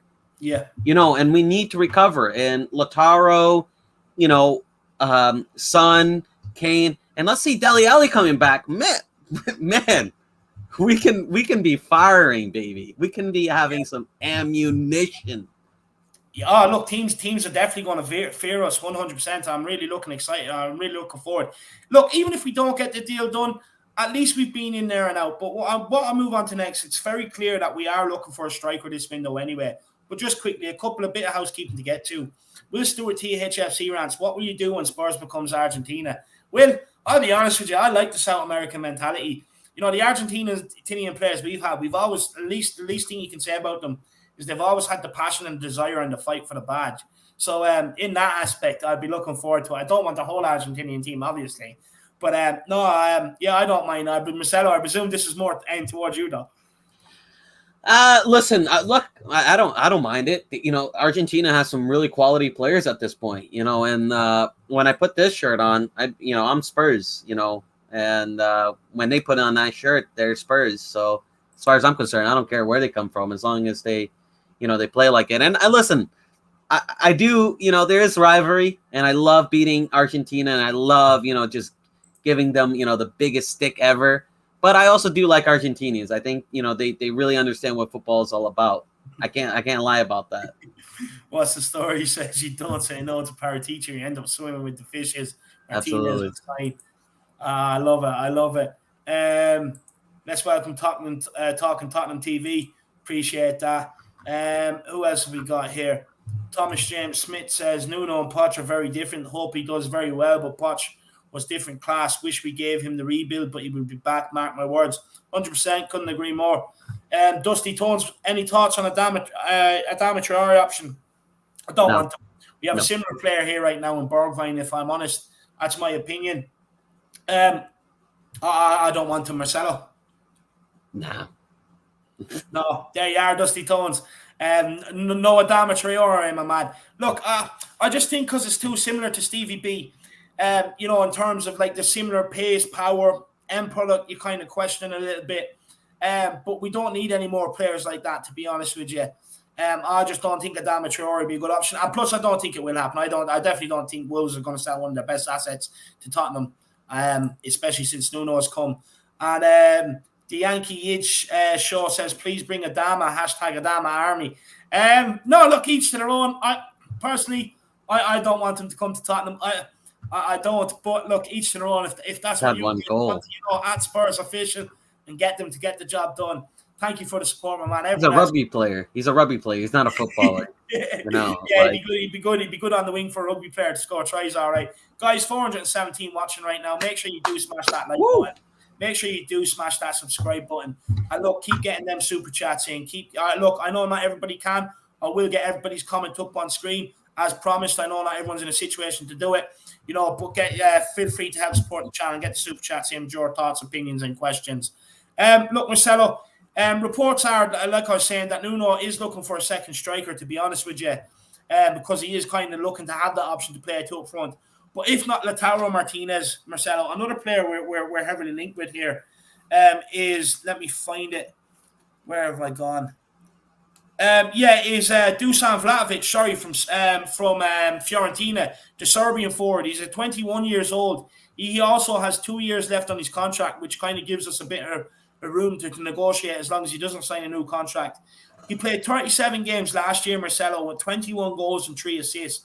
It's a massive improvement on the season before, where he played 30 games and only got 6 goals. This guy, he is a unit, but would you be happy if we got him in if the Lautaro Martinez deal fell through?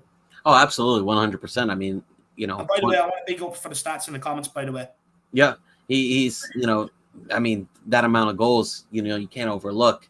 And especially next to players like Kane and, you know, Son, he's only going to get better. So, in my opinion, yeah, I would take him. But personally, my priority would be Martinez. I think that's the deal that's more likely to get done. I've heard rumors that he's signing with Fiorentina, a new deal.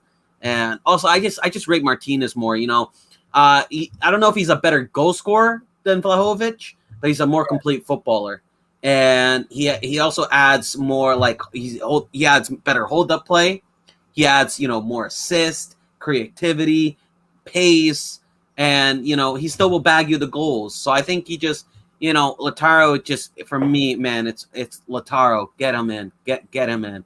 I would love for him to come in. And also, it'd be good because, you know, we'll give it to the Gunners as well. You know, imagine, you know, they were interested the whole season for Lautaro. And imagine we just come in and we just, whoop, North London is ours, baby. You know what I mean? We'll take that right from you, baby. You know, like, come on, man. Giving the Gunners a big, you know, FU, and then, you know. Give them a big edgy. a big wedgie, a big FU, and just, absolutely just taking their signing. And then, just seeing him in that Spurs shirt. Ah, man, come on now. Tell me you wouldn't love that. Tell me, anybody in the chat, tell me you wouldn't love seeing that. Just seeing the Gooners even have more disarray. Oh, no, look, of course. That's what we all want to see. Can we have an update on news of the Portuguese left back? Oh, come on now. Come on, man. Harry Perry. That's a low blow, Henry. That is a low blow. You're better than that, my man. You're better than that. I won't be getting suckered into that anyway. You're better than that, lad. That's low. Look, what I will say, guys, is there's only 160 likes on the stream. Let's get it over to 200. Come on, guys. 408 people watching. Look, Dusan Vlahovic, I think is another good option to come in. To be honest with you, look, he's built for the Premier League. He's a different option. You can smash absolute balls into the box and get this guy on the end of him. It was a bit like Mitrovic. I'm actually going to block Henry here now, guys. He's blocked. He's done. So goodbye. But yeah, Vlahovic. I think if we don't get Lautaro Martinez deal over the line, I would like to get him in. I really would. Moving on though, Marcelo is Harry Kane. Look, you've had some thoughts. I'm going to let you work away, and then I just come in off the back of it, and hopefully we don't go get too thick at each other, because I know we come from different area opinions on this. But look, take it away. First off, Harry Kane, I do love the guy. Don't think I don't. I do love the guy. But the way he has acted this summer for me has absolutely been horrendous and a disgrace. In my opinion, it has been an absolute disgrace, because, you don't do that to your boyhood club. I understand when Berbatov, wanted to do the Webster ruling. I understand, he has no loyalty to Spurs. He's just, some Serbian guy who came in and, he didn't really spend much time at Tottenham. And even Bale, that one stung. That one hurt. But this one hurt a lot. This one really, really, really hurt me. Because Harry Kane, he's a leader. He was Mr. Tottenham. He was, one of our own. He his whole image is built around that. And also the fact that I see some Spurs fan, and even him himself, kind of feel like it's Spurs that drags them down, and it's Spurs' fault that he hasn't won a trophy, which in some instances we have dragged him down. Recently, the backing has not been good enough. I don't like the trophy thing, though. He's had plenty of opportunities. Yeah, but like the trophy thing, he's had so much opportunities, and he was garbage in all of those finals. Let's not get it twisted. I know it's not all of his fault. I know you need a team to win a final, but let's not mistake he had some good performances, because as far as I'm concerned, Lucas Moura has made a mockery out of him in terms of finals. Lucas Moura has showed up to more finals than Harry Kane has, and that's unacceptable. But even despite that, even despite bottling so many finals and not showing up to them for Tottenham and England, let's get it straight. Also, and England, he didn't show up for the Euros finals, despite having that wicked good team that he has in England. And we still backed them, David. You and I still backed them. You and I didn't blame him. You and I, we cradled him, and that's how it's always been with the fan base at Tottenham. We've always cradled Harry Kane. Anybody that's disrespected Harry Kane, we used to be the first ones to tell them, "Yo, no, you don't disrespect our guy like that." Even now, I'm the first one. You disrespect my Harry. Listen, I don't know if I can do that anymore. The way he treated me. Listen, I understand that he has a conflict between him and Levy and the board, but in my opinion, despite that, he should show respect to the fans, because he owes it to us, bro. He owes it to us. Yeah. Don't get it twisted. We owe nothing to him, bro. We showed him every loyalty, everything we can. We've held his hand everywhere, every long of the way. We made Harry Kane. Harry Kane is nobody without Tottenham. Don't get it twisted. This guy was a reject in every other club. He was a reject, bro. We gave him the patience. We gave him the loans. We gave him everything to become who he is. We gave him we did everything. And for him to slap the fans like that, listen, that He's hurt. Also giving everything to Tottenham, though, Marcelo. Just quickly, Darren Jackson. If he did, he would have won a trophy. If he did, he would have won a trophy. I'll come back to you. Don't do the whole injury excuses, because my boy R9 won a World Cup without two knees. Give me 1 second. I'll come back to you. Darren Jackson's thoughts on getting rid of lazy Ndombele. Yeah, look, for me, Ndombele, he has to go, lad. I love the name as well. Look, he has to go for me. I'm sick of it. I don't care. You know, if he does, if he wants to keep going to McDonald's rather than sit in the canteen and eat Doris's, salad that she's made up for them, with that, and that's on him. I don't care. At the end of the day, we paid 62 million for him. You know, and the minimum requirement of any athlete is to be fit. And the fact that he's not fit, I'm sick of it. Should be the minimum. It should, especially this season. There's no excuse for it. It's 3 years running, or coming into the third season running. I'm not having it anymore. Get him gone. That's what I say to you, my man. That's what I say. Also, I like to correct. I think I called Berbatov Serbian. He's Bulgarian. My bad. I don't know. No, I don't know. You're in the heat of things. You're in the heat of things. I let you in. I don't know. Listen, my ball knowledge is pretty good, but I wouldn't bet myself on geography. That's for sure. Never apologize, lad. I never apologize. You're in the heat of things. No, look. I get what you're saying.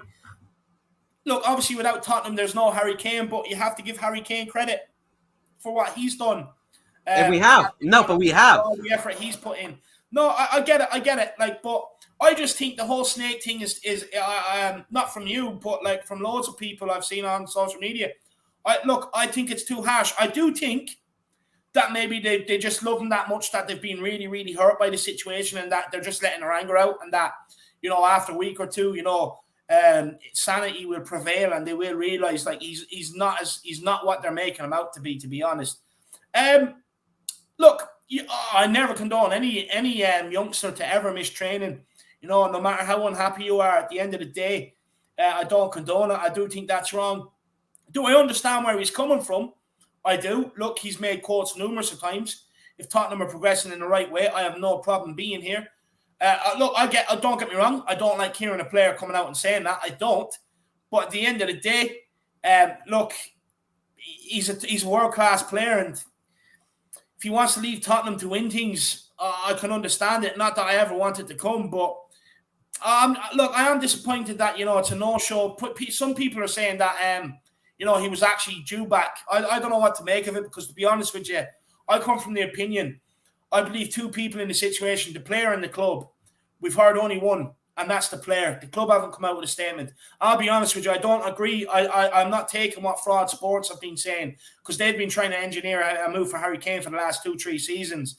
When it comes to likes of other journalists, look, journalists have been known to get things wrong.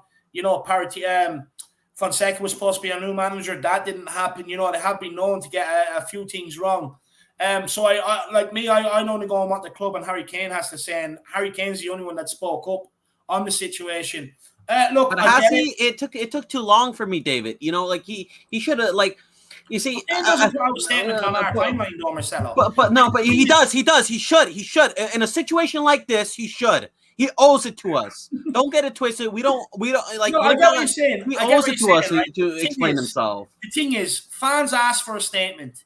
They got a statement, and then all they want to do is 5 days too late. Don't ask for one if you don't want one.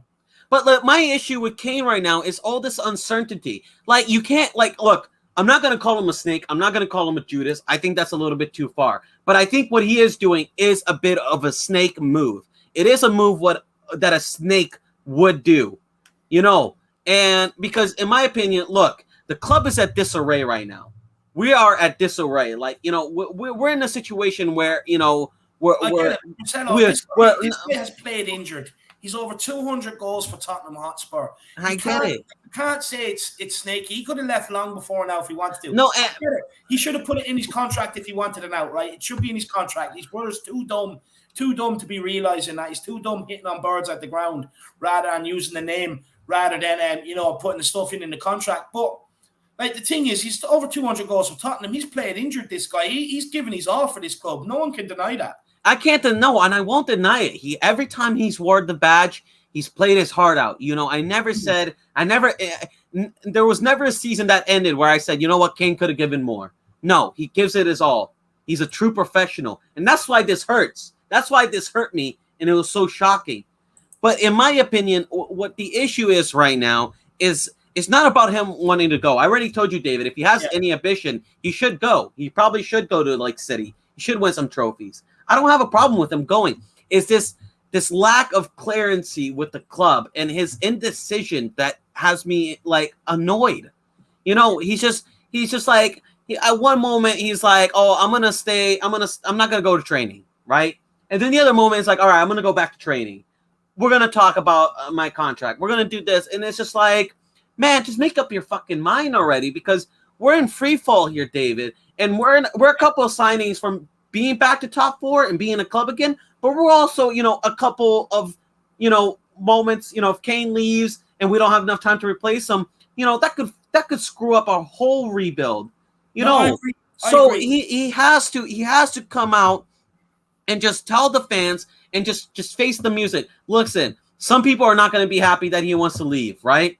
Some people are not going to be happy. I'm not going to be one of those people. He's given us all. He has every right to leave, but he kind of just has to bite that bullet and accept that some people won't be happy. And I think he's just hiding in the shadows too much, and he's letting his little brother just do all the talking for him, and he's not doing himself any favors. He needs to be a man up. He's 28 years old. Just tell the club what he wants. Make a clear game plan. Make a clear contract. You know, get a real fucking agent at first.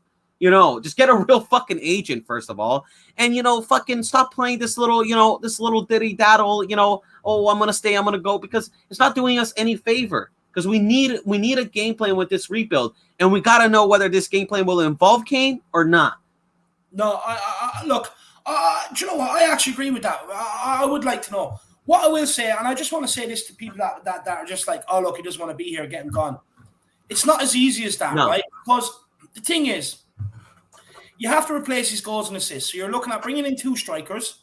You're looking at bringing in another creative player to make up for that. And I think just already we have more pressing issues in the squad, like the likes of getting in another centre back, ideally a right back. I would like another centre midfielder if possible, another winger if possible, another striker.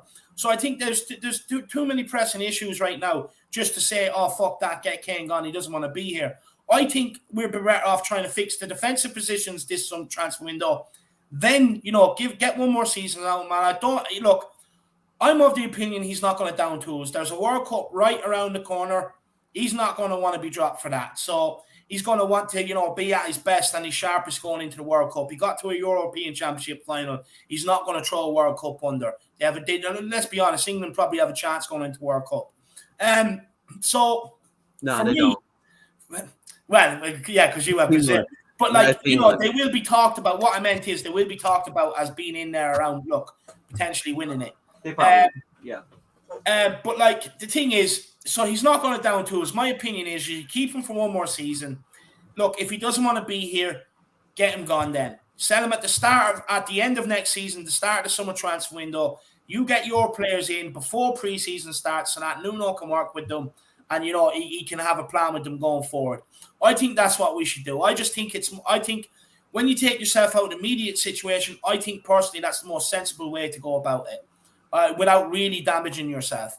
That's my opinion on it. Because, look, we have been here with the Gareth Bale money. Didn't work out. You know, it doesn't always work out. And this is the thing. So I just think that's the most sensible option for us. And we have Jerome Cloridor. Big up, Jerome. I hope things are keeping well with you, my man. Over in Australia, you know, the winter out there. I say you're a man that likes the winter or you're a man that prefers the summer. Let me know. And he says, I don't agree with Marcelo about Kane doing a snake move, but I do agree with him that the club is in disarray. The Kane situation and Ndombele consider an option. This is messing up our rebuild. Look, I'll let Marcelo come in this. Look, I don't think Harry Kane's a snake. By far from it. My opinion. I don't think he's a snake either. You know, listen. I agree with Marcelo on that comment, and the Kane situation is messing up our rebuild, man. I fully get where Marcelo's coming from, and it's a great point. But Marcelo, take it away. What do you want to say to Jerome?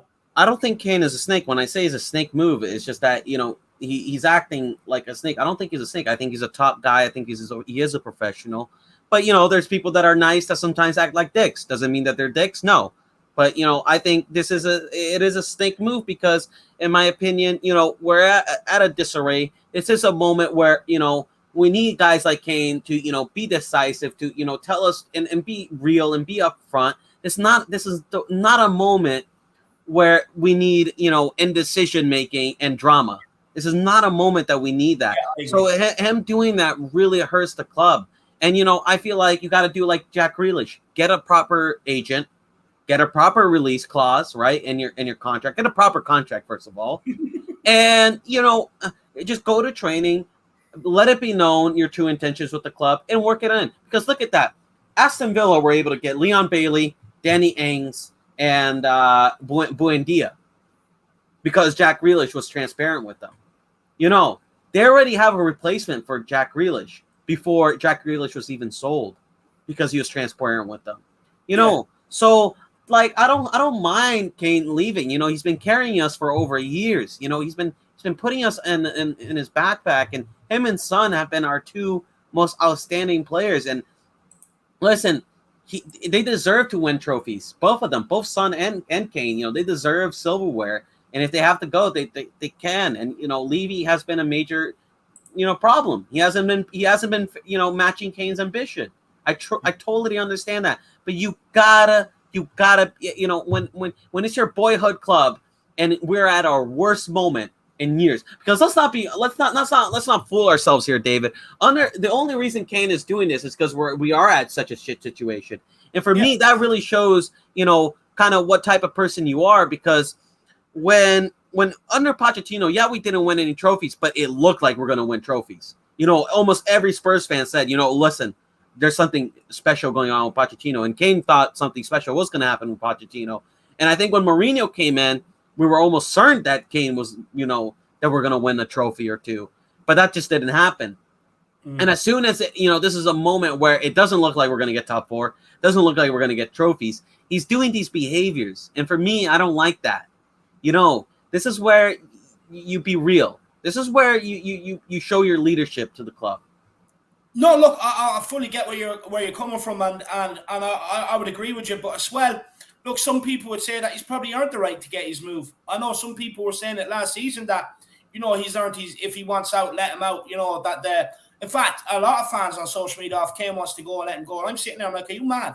You know what I mean? He's your best. He's a generational talent. He's one of your best strikers to ever come through the club. Like, you try and keep hold of him at all costs. And I agree with that. Listen, I rather keep Harry Kane and build this project around him than let him go. But that's if he wants to stay. It has to be up to him. Yeah, 100%. No, 100%. But I agree. It is messing up the rebuild. But rumors are, Jerome, I want to say a massive. I hope you enjoyed mine and Marcelo's discussion off the back of your super chat, man. I really do appreciate the support, man. What a legend. And I hope you're keeping well over there, Jerome, my man. We have one more to get to here, and it's from Jordan Cohen. Look, if you forgot to put the comment in, my man, get it in the chat, and I'll bring it up. If not, I really appreciate the support, my man. You're an absolute legend, and thank you so much. And thank you, William McKenzie, for that in the chat. But look, no,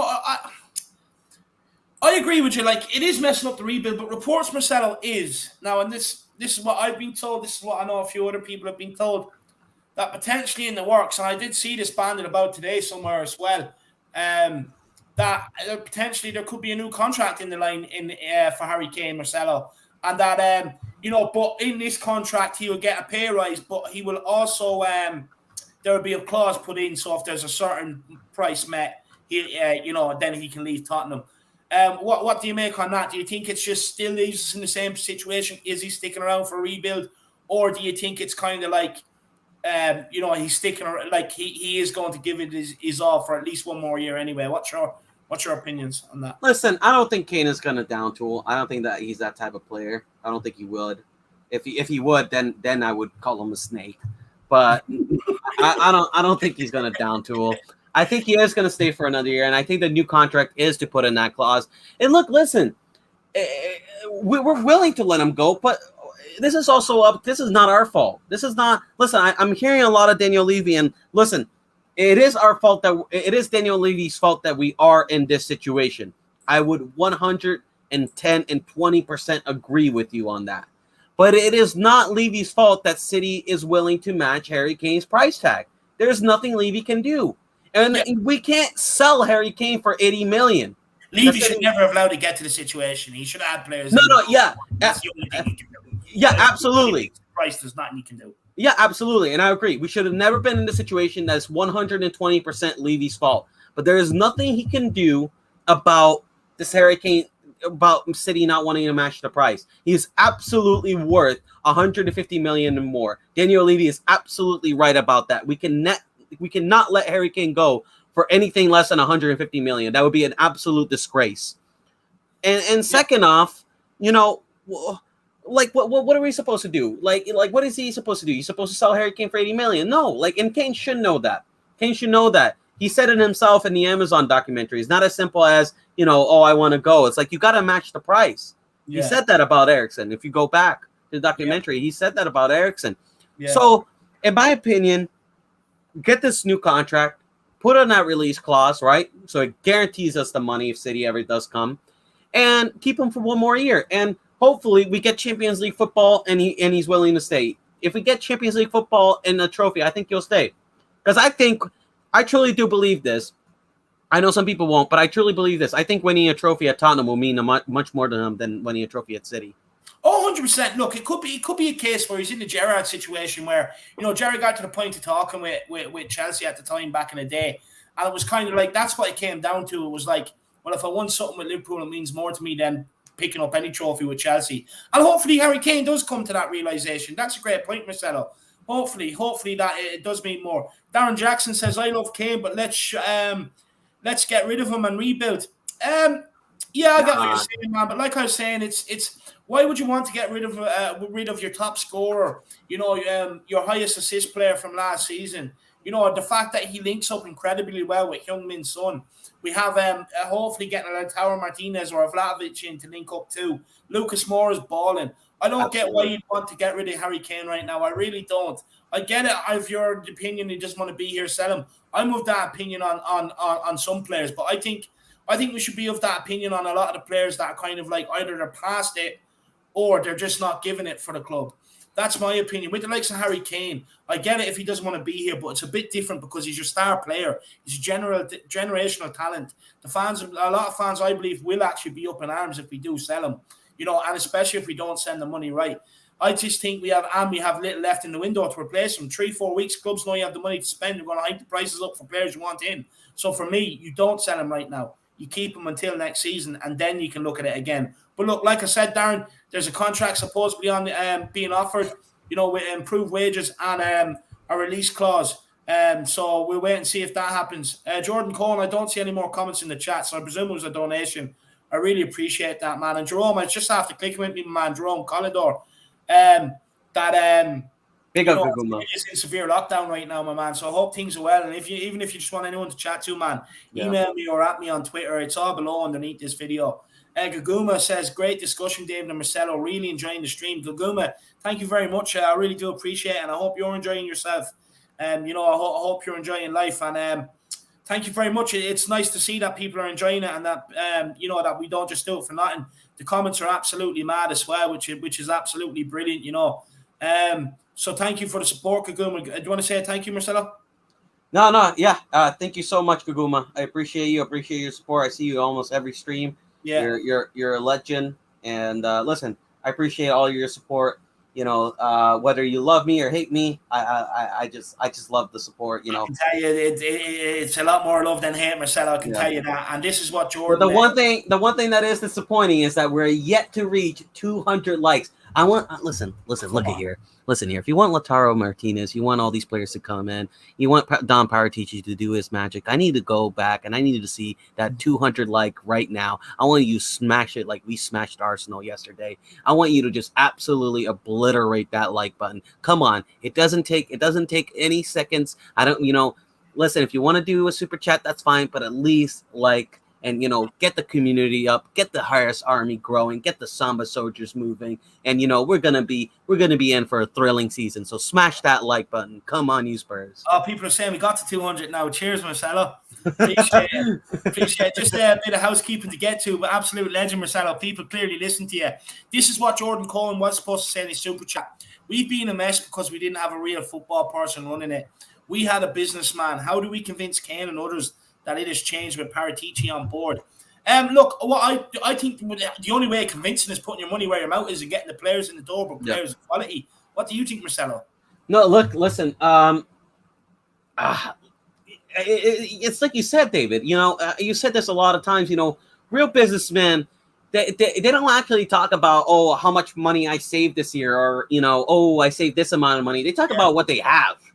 You look at Abramovich, they're like, yeah, I just signed Romelu Lukaku, for 150 million, or like, oh, I just did this, I just bought, what was it, Jack Grealish for 100 million. I just, bought freaking, a big signing, you know what I mean? Like, oh, I got Lionel Messi, PSG is like, oh, we got Lionel Messi, we got all these players, right? And then you got Daniel Levy, and he's like, oh, I just saved 50 million, baby, because I got, Bryan Gil, or something like that, or, because I got Stevie B, I saved, 50 million on a striker. It's just like, man, like, no. Like, real Dons, they want the best players, Levy walks into the boardroom or into the table where they're all sitting having their owner's dinner or whatever, and he's like, boys, get the cocks out, put it in your hand. I can't believe it. I've done it. I've loaned in Carlos Vinicius, no cost whatsoever. Who did you get? You know what I mean? They're all sitting there rattling off players, and he's like, I've done it again, lads. I've done it again. It's ridiculous. It is absolutely ridiculous. Yeah. But big up Jordan Cohen, my man. I really do appreciate the support and the super chat, my man. And a great comment. It's a great comment. Jordan, let me know what you think in the comments, actually. Do you think it is just a case of getting the players in the door to convince Harry? Or do you think it's a lot more, man? Just let me know what your thoughts are. I'll keep an eye out for it. But big up, appreciate it. Tom R says, Skriniar and Martinez for Kane, lol. No. Look, I wouldn't take it personally, especially because Inter are cash strapped. So I'll hopefully go and get Martinez and Skriniar. I think that is pushing it, I'll be honest with you. I think it is pushing it, Tom R. But look, you never know. Just dream, my man. Just dream. And then we have one more to get to here, or two more to get to here, Marcelo. And then I'll ask on a bit about Son, actually. I'll let you off the leash a bit. Jerome Cloridor says, with the Lautaro Martinez situation, do you guys think we can land him, as everything is pointing as he is not going? Enjoy the conversation, boys. Keep up the good work. I disagree. I don't think everything is pointing that he is not going. I mean, I know Inter said that they don't want to sell him, but they said the same about Lukaku. Martinez already came out, and there's rumors that he said that he's thinking about going to Spurs and he wants to. The Argentine connection is already there. We already, apparently Inter already agreed with the fee. Inter are a disarray. Listen, whether Inter want to keep him or not, it's not up to Inter anymore. They need this 60 million. And now, if you look at it, just look at the transfer markets, because people, they take everything too literally. They say, oh, we don't want to sell this player, right? And they're like, all right, done and dusted. That's game over then. Like let's step back. Don't take everything too literally. Remember, Nuno said that we had an amazing squad, but he wants the other players. He wouldn't be like, what do you want these people to say? Just to be like, oh, we have shit teammates. No. So look at what the transfer market is right now. Inter are disarray. They're actually just bought Dzeko, and they're gonna buy Carrera. Yeah. They don't have enough money to buy Dzeko and Carrera without selling. They're going to sell Lukaku. Yeah. And also, they just liquidated one of their Chinese club. And Tottenham, the most important part is, when they came out and said that they don't want to sell him, that never disarrayed Tottenham. Tottenham is still going through to it. And now, apparently, a fee has been agreed, right? So, in my opinion, I don't feel like we would have wasted our time if there was nothing in it. I don't think Paratici would have wasted his. Like, for example, with Kawande, right? As soon as Kawande said he doesn't want to come to Spurs, what happened? Romero. Yeah. So I don't think Paratici would have stayed with negotiating with Inter unless there's something to this. I think there's something more, and I think we're gonna get him. I think it's gonna happen. Stop it, lads! You're getting me excited. So you are, lad. But look, Jerome, look,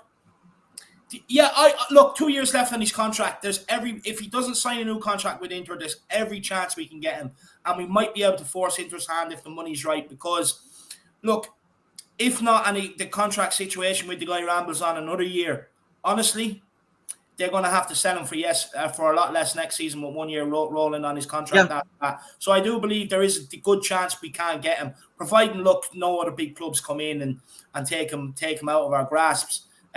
Arsenal not being one of them, by the way. He's definitely going to join us over Arsenal because we have Europe, they don't. And, David, we're talking about liquidation. They're talking about liquidation. Like, you forget what Inter wants. Like you know, older Spurs fans will understand this. I won't, but you know, when Spurs were under, you know, liquidation, it wasn't up to us whether we wanted to sell players or not. It's just we had to stay up. You know, we had to create funds. And so I think 60 million, 70 million that we're offering, I just feel like that's too good of a deal for Inter to not accept, especially now that it looks like Carrera is going to come through, Dzeko is already through, and Zapata is apparently going to come through as well. So that's three strikers. Yeah, Zapata's and then you can guarantee that Tower Martinez is gone. Good point, Marcelo. Yeah, so like what are they going to keep? 4 strikers? No, I'm telling you, I think Martinez is going to happen. 100%. Jerome, I appreciate the super chat, my man. Marcelo, look, and I hope you enjoyed the discussion on it too. Marcelo, look, I'm just going to let you away on Son. Me and Marcelo are having a bit of a debate here, guys. So I appreciate if you guys could sort it out in the comments. Just put in Kane or Son. So the debate is should Son be the face of Tottenham or should Harry Kane? Now I'm going to let Marcelo state his point for Sonny. So look, take it away, Marcelo. Listen, if you asked me this a week ago, I would have said I don't want to even look at Harry Kane. For me, I am super pissed off, and I don't want to the guy is just like, you know, I can't see him right now. But, you know, over time, you forgive. He's Harry Kane. You can forgive him. But I still think him doing this has severely impacted his image at Spurs. And I think the fact that Sonny has re-signed a contract, has played the preseason, has looked fantastic, by the way, in the preseason, is the Korean king, you know, the Asian sensation, you know, brings a whole nation behind him. I think Sonny is the face of Spurs right now. I think he has to be. Because in my opinion, it's impossible for a person who doesn't show up to practice, who we don't even know is going to be a Spurs player in the future, who's talking to other clubs about leaving, you know, who is at disarray. That guy can't be the face of Spurs right now. He can't. Harry Kane cannot be the face of Spurs right now. And Sonny has taken his position. And he hasn't just taken, but he has bombarded. I mean, this guy, Sonny loves Spurs. And Sonny, you know, he may not come through our academy, but fuck it. He's one of our own, bro. He's one of our own because we are at our worst situation. And this guy did not hesitate to re-sign a contract. Yeah. He has not hesitated. That shows true dedication. When your club is at the worst, that's where you see who is truly loyal and who is not. And Sonny, you can't even question his loyalty. But Kane, we can start making debates. And for me, that can't be the face of Tottenham. Sonny is the face of Spurs. Interesting. I'll get on to my point now. Darren Jackson, love the stream, guys. Come on, you Spurs, appreciate it. Look, there is a debate that some brings in more commercially. It's true, it's facts, it's not a debate. So that he should be. He's also a wicked footballer. The face of Tottenham. Yeah, he is a wicked footballer. I'll give him that. But for me, you know, one thing some will never have that Harry Kane has is come through the system. He will never have that, lad. Never. And for me, I just do think as long as Harry Kane stays, he should be face of the club. Because I'll be honest with you, look, he's world class, Marcelo. He's world class. Son. Is he at the level that Kane's at? I disagree. I don't think he is. And plus, Kane is on the verge of Jimmy Greaves' record. So I do believe he should be the face of the club. Look, no one can ever deny he's given blood, sweat, and tears for this club. He sets the example day in, day out. He's the one that sets the example to all the youngsters. He trains later than everybody else. He's always staying back after training. Don't talk about training. I wouldn't talk about training. No, I am. He's had to show up to it. You can't talk about training. Can't talk about training. He hasn't showed up to it. And you can't talk about youngsters anymore because you know what? A true role model shows up to training. You look at Jack Grealish. That's the way a true person who comes through the academy acts. That's how you show youngsters how to behave. Can't say about training. Not with Harry Kane. Look, some people would say Harry Kane. Son's contract was a bit long, and they were questioning his loyalty on the contract and stuff like that too. No, come on now. Oh, you got a question? At the end of the day, he put the pen on the paper. At the end of the day, he put the pen on the paper, bro. Yeah, but so could Kane. If he does it, listen, if Kane does put the pen on the paper and he stays at Spurs, then maybe we have an argument. But as of right now, Ronaldo, the Korean king, the Asian sensation, Son Heung Messi, he is the face of Tottenham Hotspur. He has a nation by his side, and he's there for training. He's there for the team. If we done this before the whole fraud news reaction to Harry Kane supposedly not turning up to training, right? We don't know if it's true yet. It's still only supposedly because the club hasn't officially come out and said anything, right? You know, until they do. That's why Levy wanted to fine him. That's why Levy wanted to fine him. You know, I mean, they wanted to fine him for being on vacation. Come on now, David. He was over in the Bahamas on what's his name? Joe Lewis's yacht. That's where he was. He knew exactly where he was. David, I know you love him, and listen, I love him too. But you know, it's like Gareth Bale. You know, when Gareth Bale didn't show up to training, I wanted to make all these excuses as to why he didn't go to training. The simple fact is, he thought, you know what, I'm gonna get away with this. I'm gonna get my move to City. I'm going to force my way out. And then as soon as Daniel Levy showed him his contract, he looked dumb. He fell on his face. He looked at his brother, and he's like, what the fuck? There's no release clause. And as soon as that, he went to Spurs with the tail behind his legs. That's what happened. Yeah, I know. But look, Harry Kane is king of the lane, best number 10 in world football. Son isn't. You know, Harry Kane, he's captain of his country. Kane doesn't even have his nation on his side. Kane doesn't even have the nation on his side. No, he does. He doesn't. You know, England don't like him. England fans don't like him. They don't like him. Arsenal fans don't like him. No, England fans don't like him. England fans don't like him. They don't like him. He doesn't have the same. He doesn't have the same support of the nation like Ronaldo does. Ronaldo has a whole nation on the side, and sure, Harry Kane can be king of the lane, but my man is king of a whole country, bro. My man is king of Korea, king of a nation. 100+ goals. That's fine. That's fine. Shows up to training. Shows up to training. Loyalty. You go back over the loyalty. Years, more times at Tottenham than what? Loyalty. How long Kane has been here? Loyalty. Right? Count up how long Kane has been here compared to Son. Kane has more training under his belt than Son ever does. Son is the best left winger in the world as well. Loyalty. Yeah, that's fine. But loyalty, showing up to training, being a true example, being a proper Spurs fan, being there when the club needs you. Those are all things. Those are things that make you the image. He came out and made a statement. You know, Son didn't come out and make any statement around his contract. At least Kane came out. Yeah, guess what? He didn't make a statement because he signed it, bro. He put his name on the line. A year after it was supposed to be done. So that was a bit worrying. So we could question his loyalty a bit there. To be fair. You can't question Son's loyalty. That's insane. No, you're waffling. No. I'm not even gonna buy on that bait. Because that is the worst. David, you got better base than that. I'm not even going to buy on that one. You cannot question Sonny's loyalty. I'm not even going to argue about that. That man is going to be here at Spurs for, 12 or something years. Kane's loyalty either. I can. No, look. He didn't show up to training. Harry Kane, best number 10 in world football, king of the lane. Doesn't know what a release clause is. 13 goals for Tottenham. Doesn't know what a release clause is. He's done more than any player in this current squad for the club than what any other current player in this squad has done. For me, he's got us to a Champions League final. Shining example to every youngster out there. For me, he is a shining example, and he should be the face of the club. Sonny got us to a Champions League final. Sonny scores semi-final goals. Sonny got to his final. Son has Puska awards. Sonny steps up for the big games. Sonny scores against the top six. Sonny has more iconic moments. The thing is, I will take iconic moments over goals. What's been labelled that Son an awful lot is he's a very purple patch player. You look at Harry Kane, he's consistent throughout the whole season.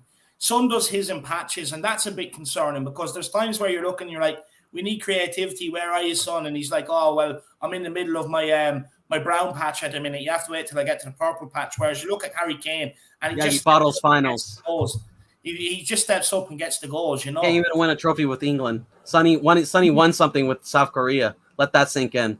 Sonny at least shows up for his Look country. who they have to play. Look who they have to play. Absolutely. It doesn't matter if Kane played those same things, bro. Look who Kane has to play, bro. You could have given B fucking Italy, bro. With that team, with that England team, he should be able to beat Italy. The man couldn't even show up to a final. Have you watched Italy? Italy is a good team, but listen, Italy is a good team, but England has a much better squad than Italy, and you know it. You know it. You even said it. England has a better squad than Italy, bro. And that man bottled the final. Forget about who he had to play. If you put Kane in that same final, he bottles it.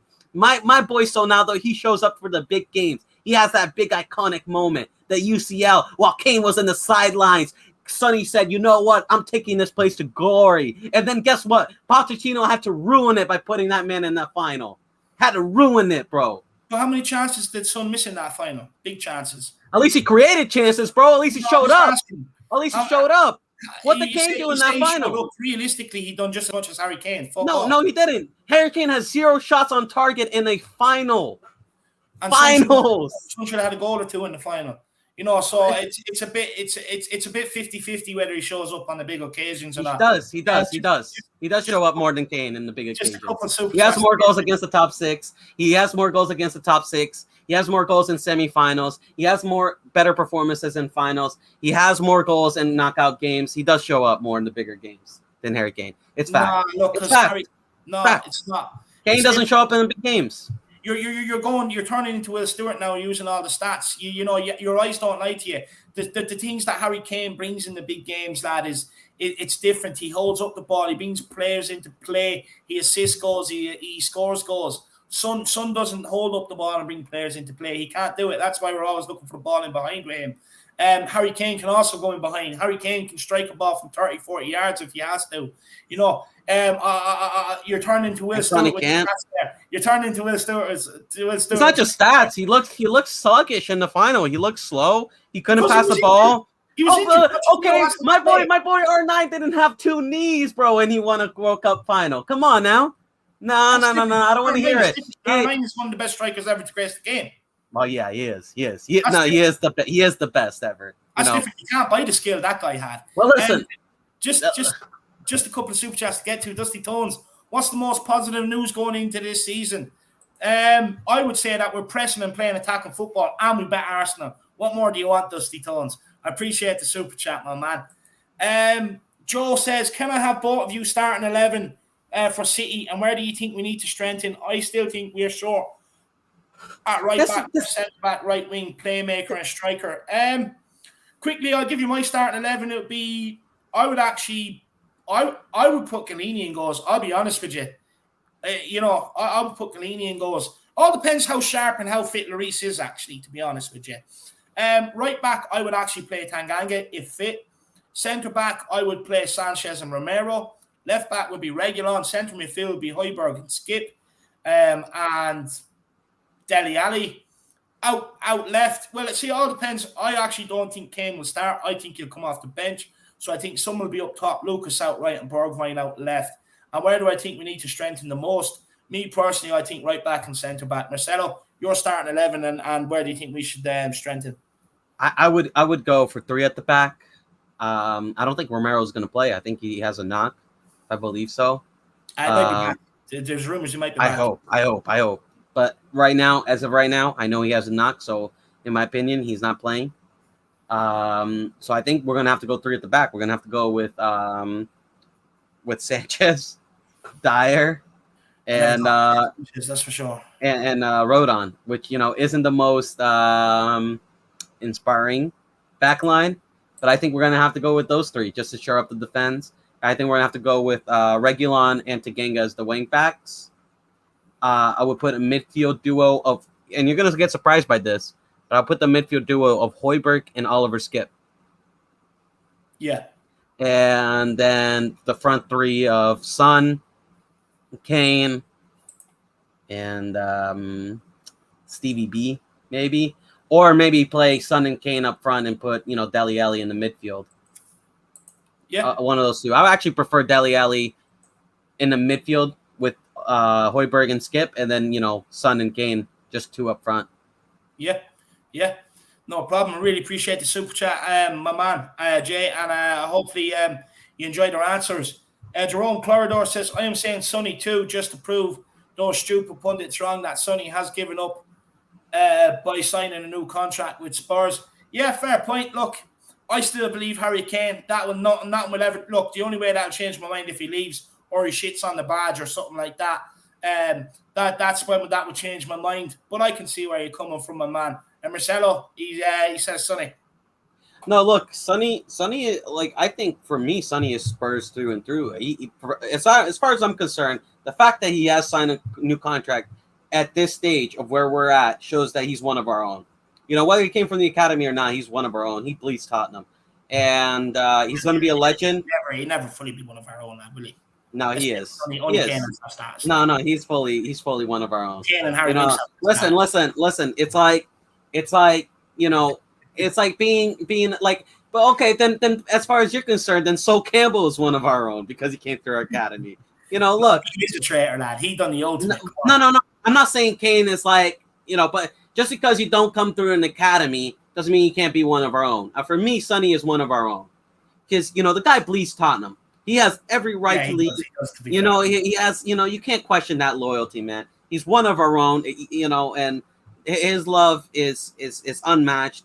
And I think with Sonny staying, I think he just wants to win a trophy at Spurs. Honestly, I don't think he cares. Like I don't think he cares about having all that success. It's just, I think he just winning a trophy at Spurs for him would mean anything in the world, really.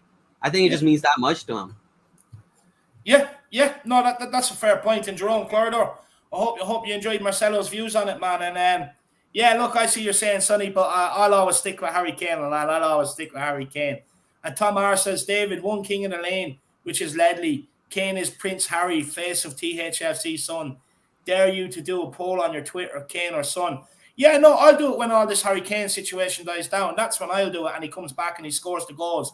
That's when I'll put that out there, because mark my words, although he's had according to media, he's had a second thought on it, but he'll still outscore Son this season. Mark my words, you can clip this. He'll outscore Son this season, and he'll be back to being king. Trust me. But yeah, Ledley King, look, great player. Absolutely love Ledley, I have to say, you know. Yeah, he's one of my idols as well.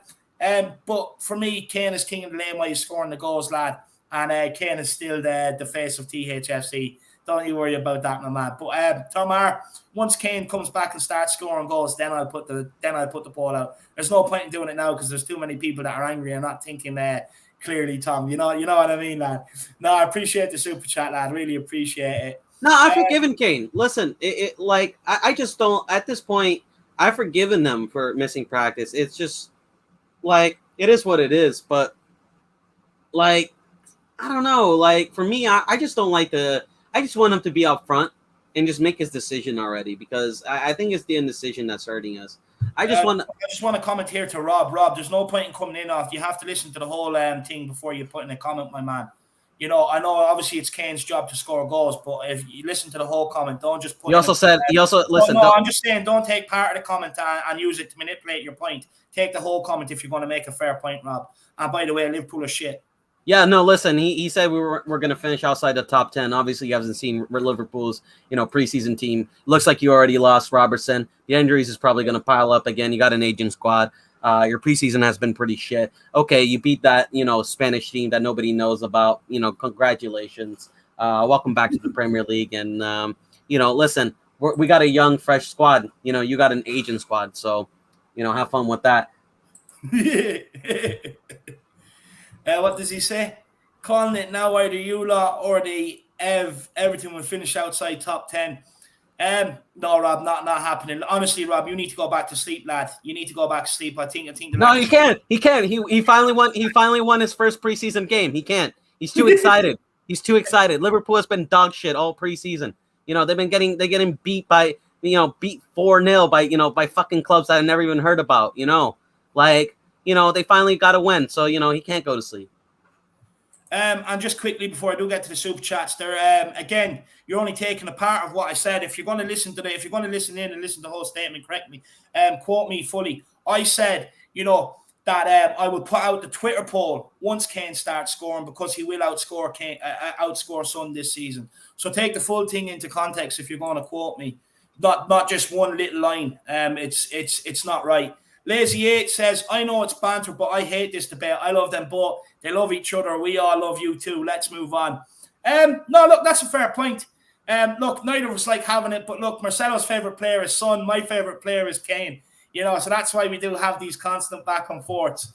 And yeah, look, they don't look. I think at the end of the day, we both agree they both complement each other. They both make each other better, and that's the main absolutely. Thing. That's the main listen.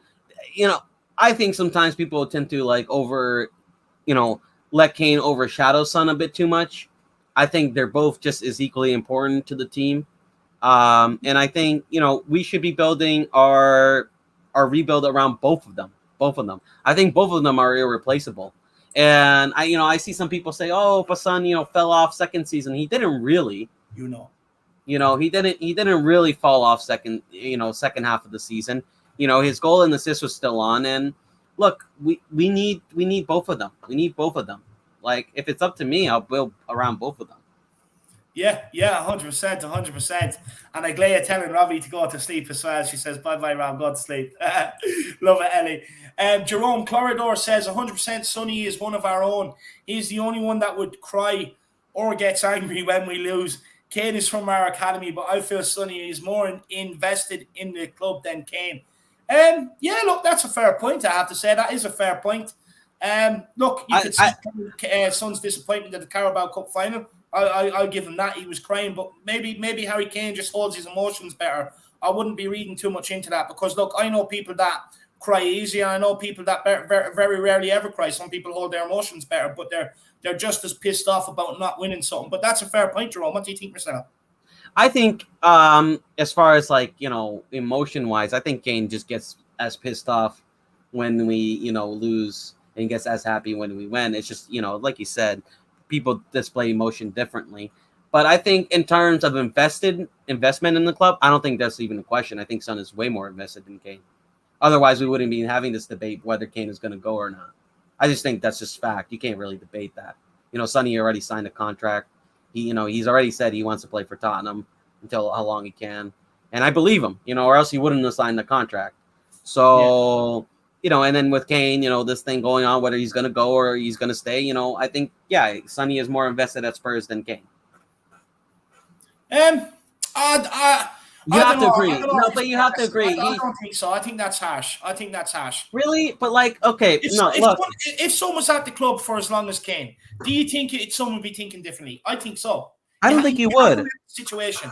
I don't think you would. You have to weigh it up fairly. If Son, this is how we can weigh it up. If Son came through the academy like Kane, right, was there through all the frustrations like Kane, through all the high times like Kane, and stuff like that, for as long as Kane has been doing it, do you not think that someone would be thinking differently? I think actually no. I disagree with you. I don't think he would. I really don't think he would. I actually think the opposite would happen. I think Sonny would love the club even more. I just think he loves Tottenham. I really do. Maybe this is just no.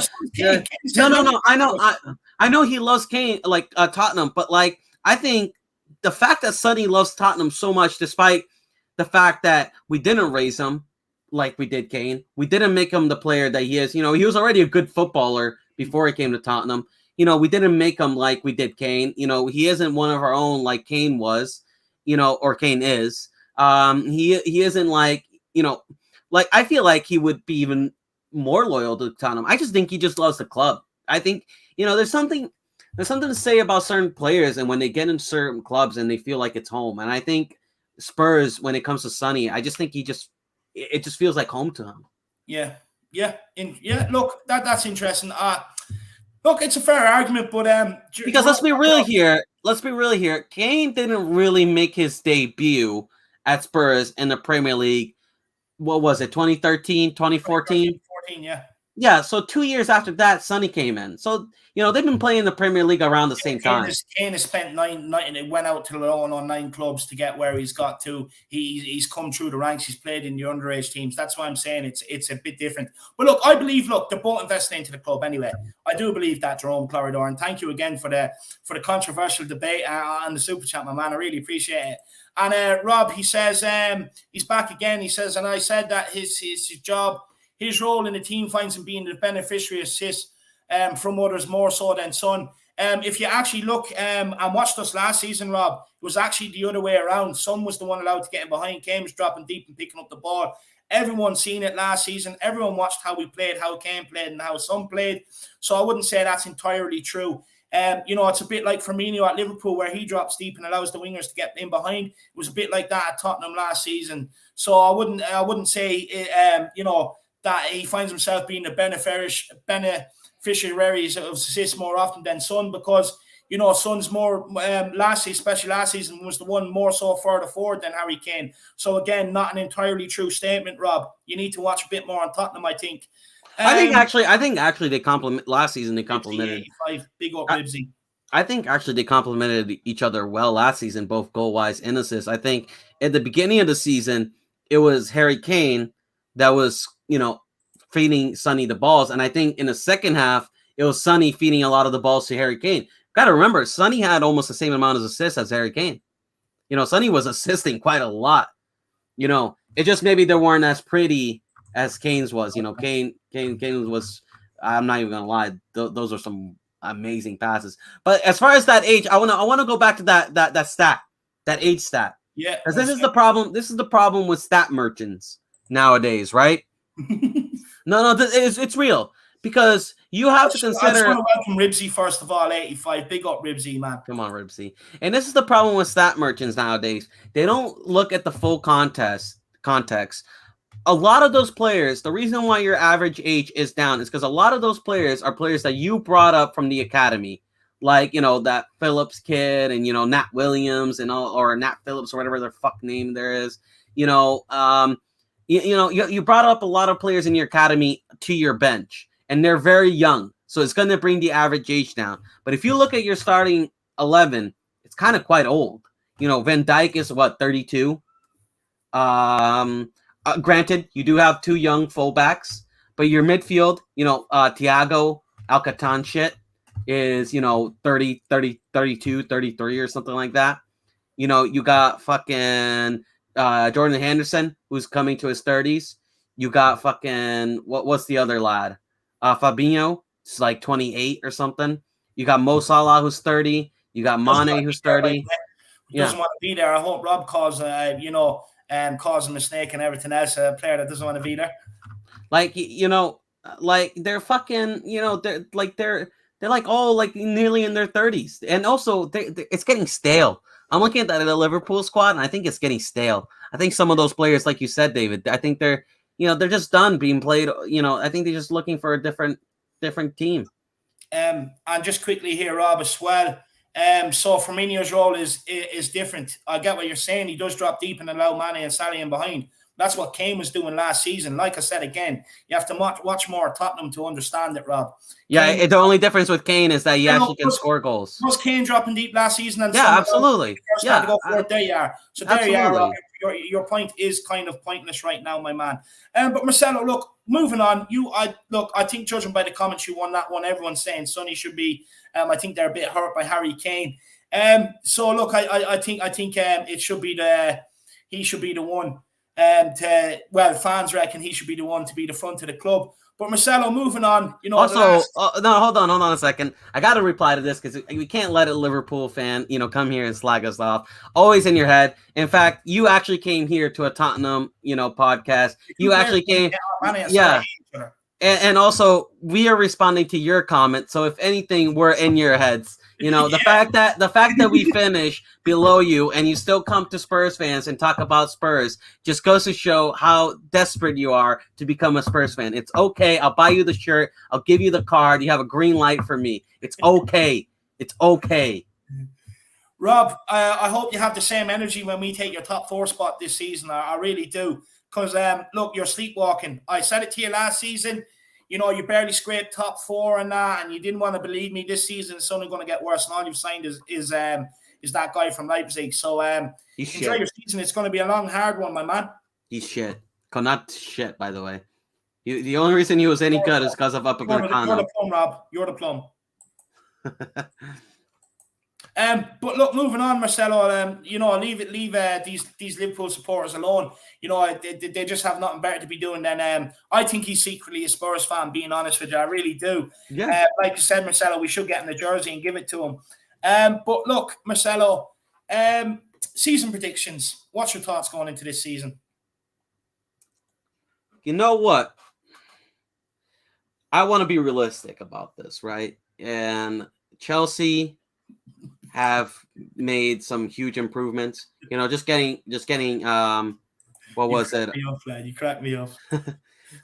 Just, you know, seeing Romelu Lukaku come into Chelsea, that's a massive improvement. I mean, if anything that was missing last season was that they have a number 9 because Timo Miss Werner couldn't hit a fucking barn door. You know, he was that's what I call him. But listen, so I think with Lukaku, that guarantees them a top 4 spot. If anything, they're probably going to win the league. Let's be real here. I think City and Chelsea are going to compete for the league. I think United is going to be in the conversation. I think they'll finish third. I think the top 3 is already set. I think it's going to be City, Chelsea, and United. I think it's going to be one of those 2, right?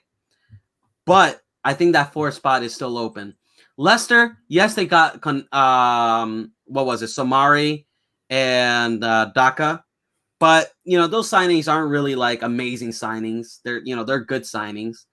And Liverpool have done nothing really. They're just gonna get stale. I think they're not gonna finish top 4 this season. I think they're actually gonna struggle a lot. And you know, if we got Romero under the deal, we got a backup goalkeeper. That's gonna help big. And, you know, if we can get Lautaro and we can get another center back, we can actually challenge for that top 4 spot. I really do. I don't think we're going to get it. I think we're going to get 5th. But I think we're going to have a decent season. I think we're going to see some really good football. Yeah, do you know what? I actually do believe we have a good season. I'm confident going into it. Look, Romero is going to make a huge difference in the defence, I believe. I would like to see us get another centre back in and another right back. I do believe we'll get one or the other. Even if we get Tomiyasu, he can fill both. That'll be a huge plus. We get in another striker like it looks like we're going to. We're linked with Lautaro Martinez and Vlahovic. If you can get one of them over the line, I'll be very happy with that. And I do think we can challenge top 4. I think maybe Daniel Levy has realised. I think bringing in Paratici, I hate to say it, I don't really want to give him praise, but I think it was a shrewd move, you know. I do. Like, look at the deals he's got in Galini and Romero. We haven't actually spent a penny on them yet. And we don't have to for another season. So we still have that money freed up to get in players. So I do think it's going to be... That's a masterclass, by the way. People don't talk about that enough. I'm sorry, David, to interrupt you, but that is a masterclass business. Yeah. No, it is. It is. Look, it gave me a hard on when I read it. You know what I mean? I absolutely loved it. And I'll be honest with you, I'm going into this season confident. Look, it can't be any worse than last season. The effort can't be any worse than last season. And I do believe we will make that top 4, to be honest with you. I've said this before. I think United, City and Chelsea will battle out for the title. I think Liverpool's top 4 spot is up for grabs unless they get another player or 2 in. They're after losing Gigi Wijnaldum, who, when he did step in, anytime he's been called upon in Liverpool jersey, he's been magnificent and really helped them out. You look at it now, like, do they have any players that can really do that anymore? Mane and Salah, they hate each other. They're not getting on. Milner scores against Tottenham. Getting older. Injury crisis as well. Van Dijk only back. There's no guarantee he's going to hit the heights he was once at. And Robertson, I believe, injured today. So, look, I do think we can definitely take top 4. I think we can take it off Liverpool. Look, I still think we can win a League Cup and an FA Cup. If we got to a final last season and it was our worst season, we can definitely take one of them. But if not, the Europa Conference League, 100%. My worst fear is meeting Jose Mourinho in the final, just because he has a good record in finals. But I do believe that we can have a positive season next season. I take top 4 and one of the trophies. That for me, I think that'll be a good season and a good foundation to build upon. I think it's a little bit unfair, and I don't know if you're going to agree with me, but I'm going to make this statement. I think it's unfair to think the way Nuno has entered the club, I think it's unfair to expect top four, even if we make those signings that you said, because it does take time. I'm not expecting it. I think that would be a good season. No, but I know, but like some of our fans, they tend to jump the gun. I think even if we get some of those signings to the line, I think it's a little bit unfair to demand top four from Nuno this season, regardless of what the players we get in, because of the fact that he's going to need to get those players to gel. He's going to need to set his philosophy, and those all take times. And also we got a lot of new players, young players coming in who will make mistakes, we will need to be patient with, right? Yeah. So I think it's unfair to ask for top four, but if we can get top 6 and a cup, that's a fantastic season. Yeah, look, I agree with you, and I've said this months ago as well, that it is unfair to expect top 4 of Nuno, especially with the big rebuild and stuff going on. I don't expect it, but I do believe it's achievable. It is. I do think it's achievable, and I do think taking one of the cups is. Look back over Nuno's history. He has a good record of good runs in the cup as well. Yeah. So I would expect us to go far. I do expect to see some young players come through this season, because he also has a good history of bringing through youngsters and giving them a chance. So look, I think this season will be very, very promising. Well, if I can share the screen here, people who don't believe that we can't do it. We finish third. Yep. He's more optimistic than I thought. But if you look at the table right here, we actually didn't have that bad of a goal difference. In fact, we actually had one of the best goal difference last season, better than Chelsea, and it was almost there with Liverpool. And we had a shocking defense, So with the addition of Romero and maybe another center back, or just another right back in Tomiyasu, that's going to shore up the defense. And also, you got to remember, we were only 5 points away from Chelsea, and only 7 points away from Liverpool. If we can get Lautaro, Romero, Tomiyasu, and maybe another center back, that 100% can fill up that gap. And, listen, in a lot of the games where we lost were like last-minute mistakes. Were really last-minute mistakes. Fitness had a massive part to do with it as well. We phased out the games towards the end. Yeah. And we have one of the best fitness coaches in the world.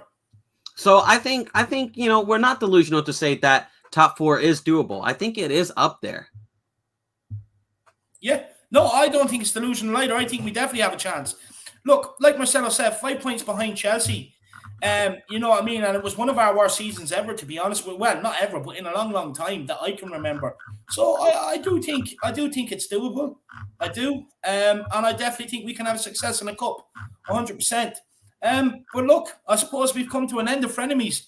Guys, I hope every single one of you have enjoyed this frenemies to the start to the season. I really hope you've enjoyed it. I hope you've got a lot from it.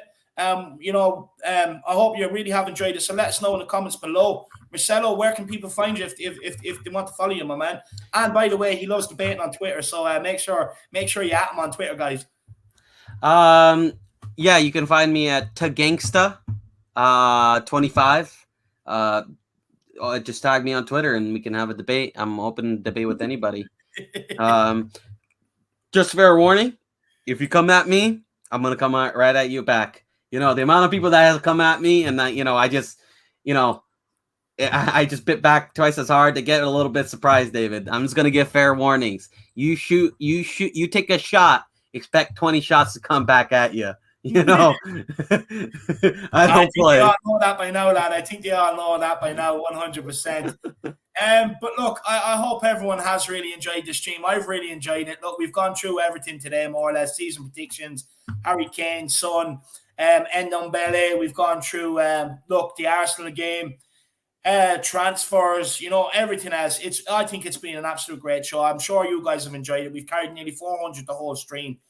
So guys, look, do get over and check out Marcelo. He doesn't bite only unless you bite first. So if you are going to debate and make sure it's just football and none of this sideshow stuff, but let him know if you agree with him or not from tonight's show, as well with the Harris Army. Look, we've got a big week coming up. I have the fan show tomorrow.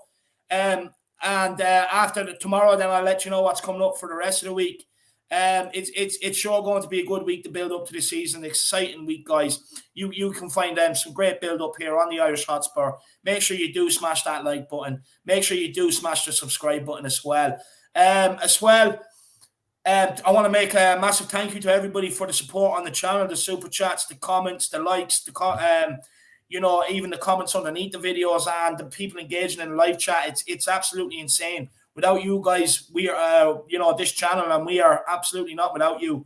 So I really, really do appreciate it, everything that you guys do for me, the Harris Army, the faith, the trust you have in me. So big yourselves up. I want to thank everybody else, the Harris Army and anyone else for tuning in. Look, until tomorrow or until next time, come on, you Spurs, and in Nuno we trust. Come on, you Spurs. We bet the fucking Come on, you Spurs. We bet them. I'm not messing. I was absolutely I was brushing my teeth this morning with Colgate White, Ben White, Ben Shy. Absolutely loving life. We schooled them. Aubameyang's hairline is shocking, just like his finishing. Kicking fresh air yesterday. Mikel Arteta running away like a cowardly little rat, from Hojbjerg. Absolutely love it. A no friendly for me. It's a North London derby. Confident going into the season. Let's turn over City first game of the season. By the way, we do tend to turn over City an awful lot sometimes. So, you know what I mean? It could happen. There's no better time to play them first game of the season. And they're off the back of a loss to Leicester. So let's hopefully... They're not allowed to beat us. They're not allowed to beat us. David, they're not allowed to beat us at home. They don't beat us at home. They're not allowed to beat us. Football Heritage says no. They're not allowed. Absolutely love it. But guys, sit back, enjoy yourselves tonight. If you haven't, get over AFTV Media and chill. That's what I say. Sit back, watch the videos, enjoy yourself, have a beer, and just laugh at them crying, because we all know that's what we love to do. Until next time, come on, you Spurs, and in Nuno we trust, baby. Let's go. A new season upon us. Let's have it. Come on, you Spurs. Woo!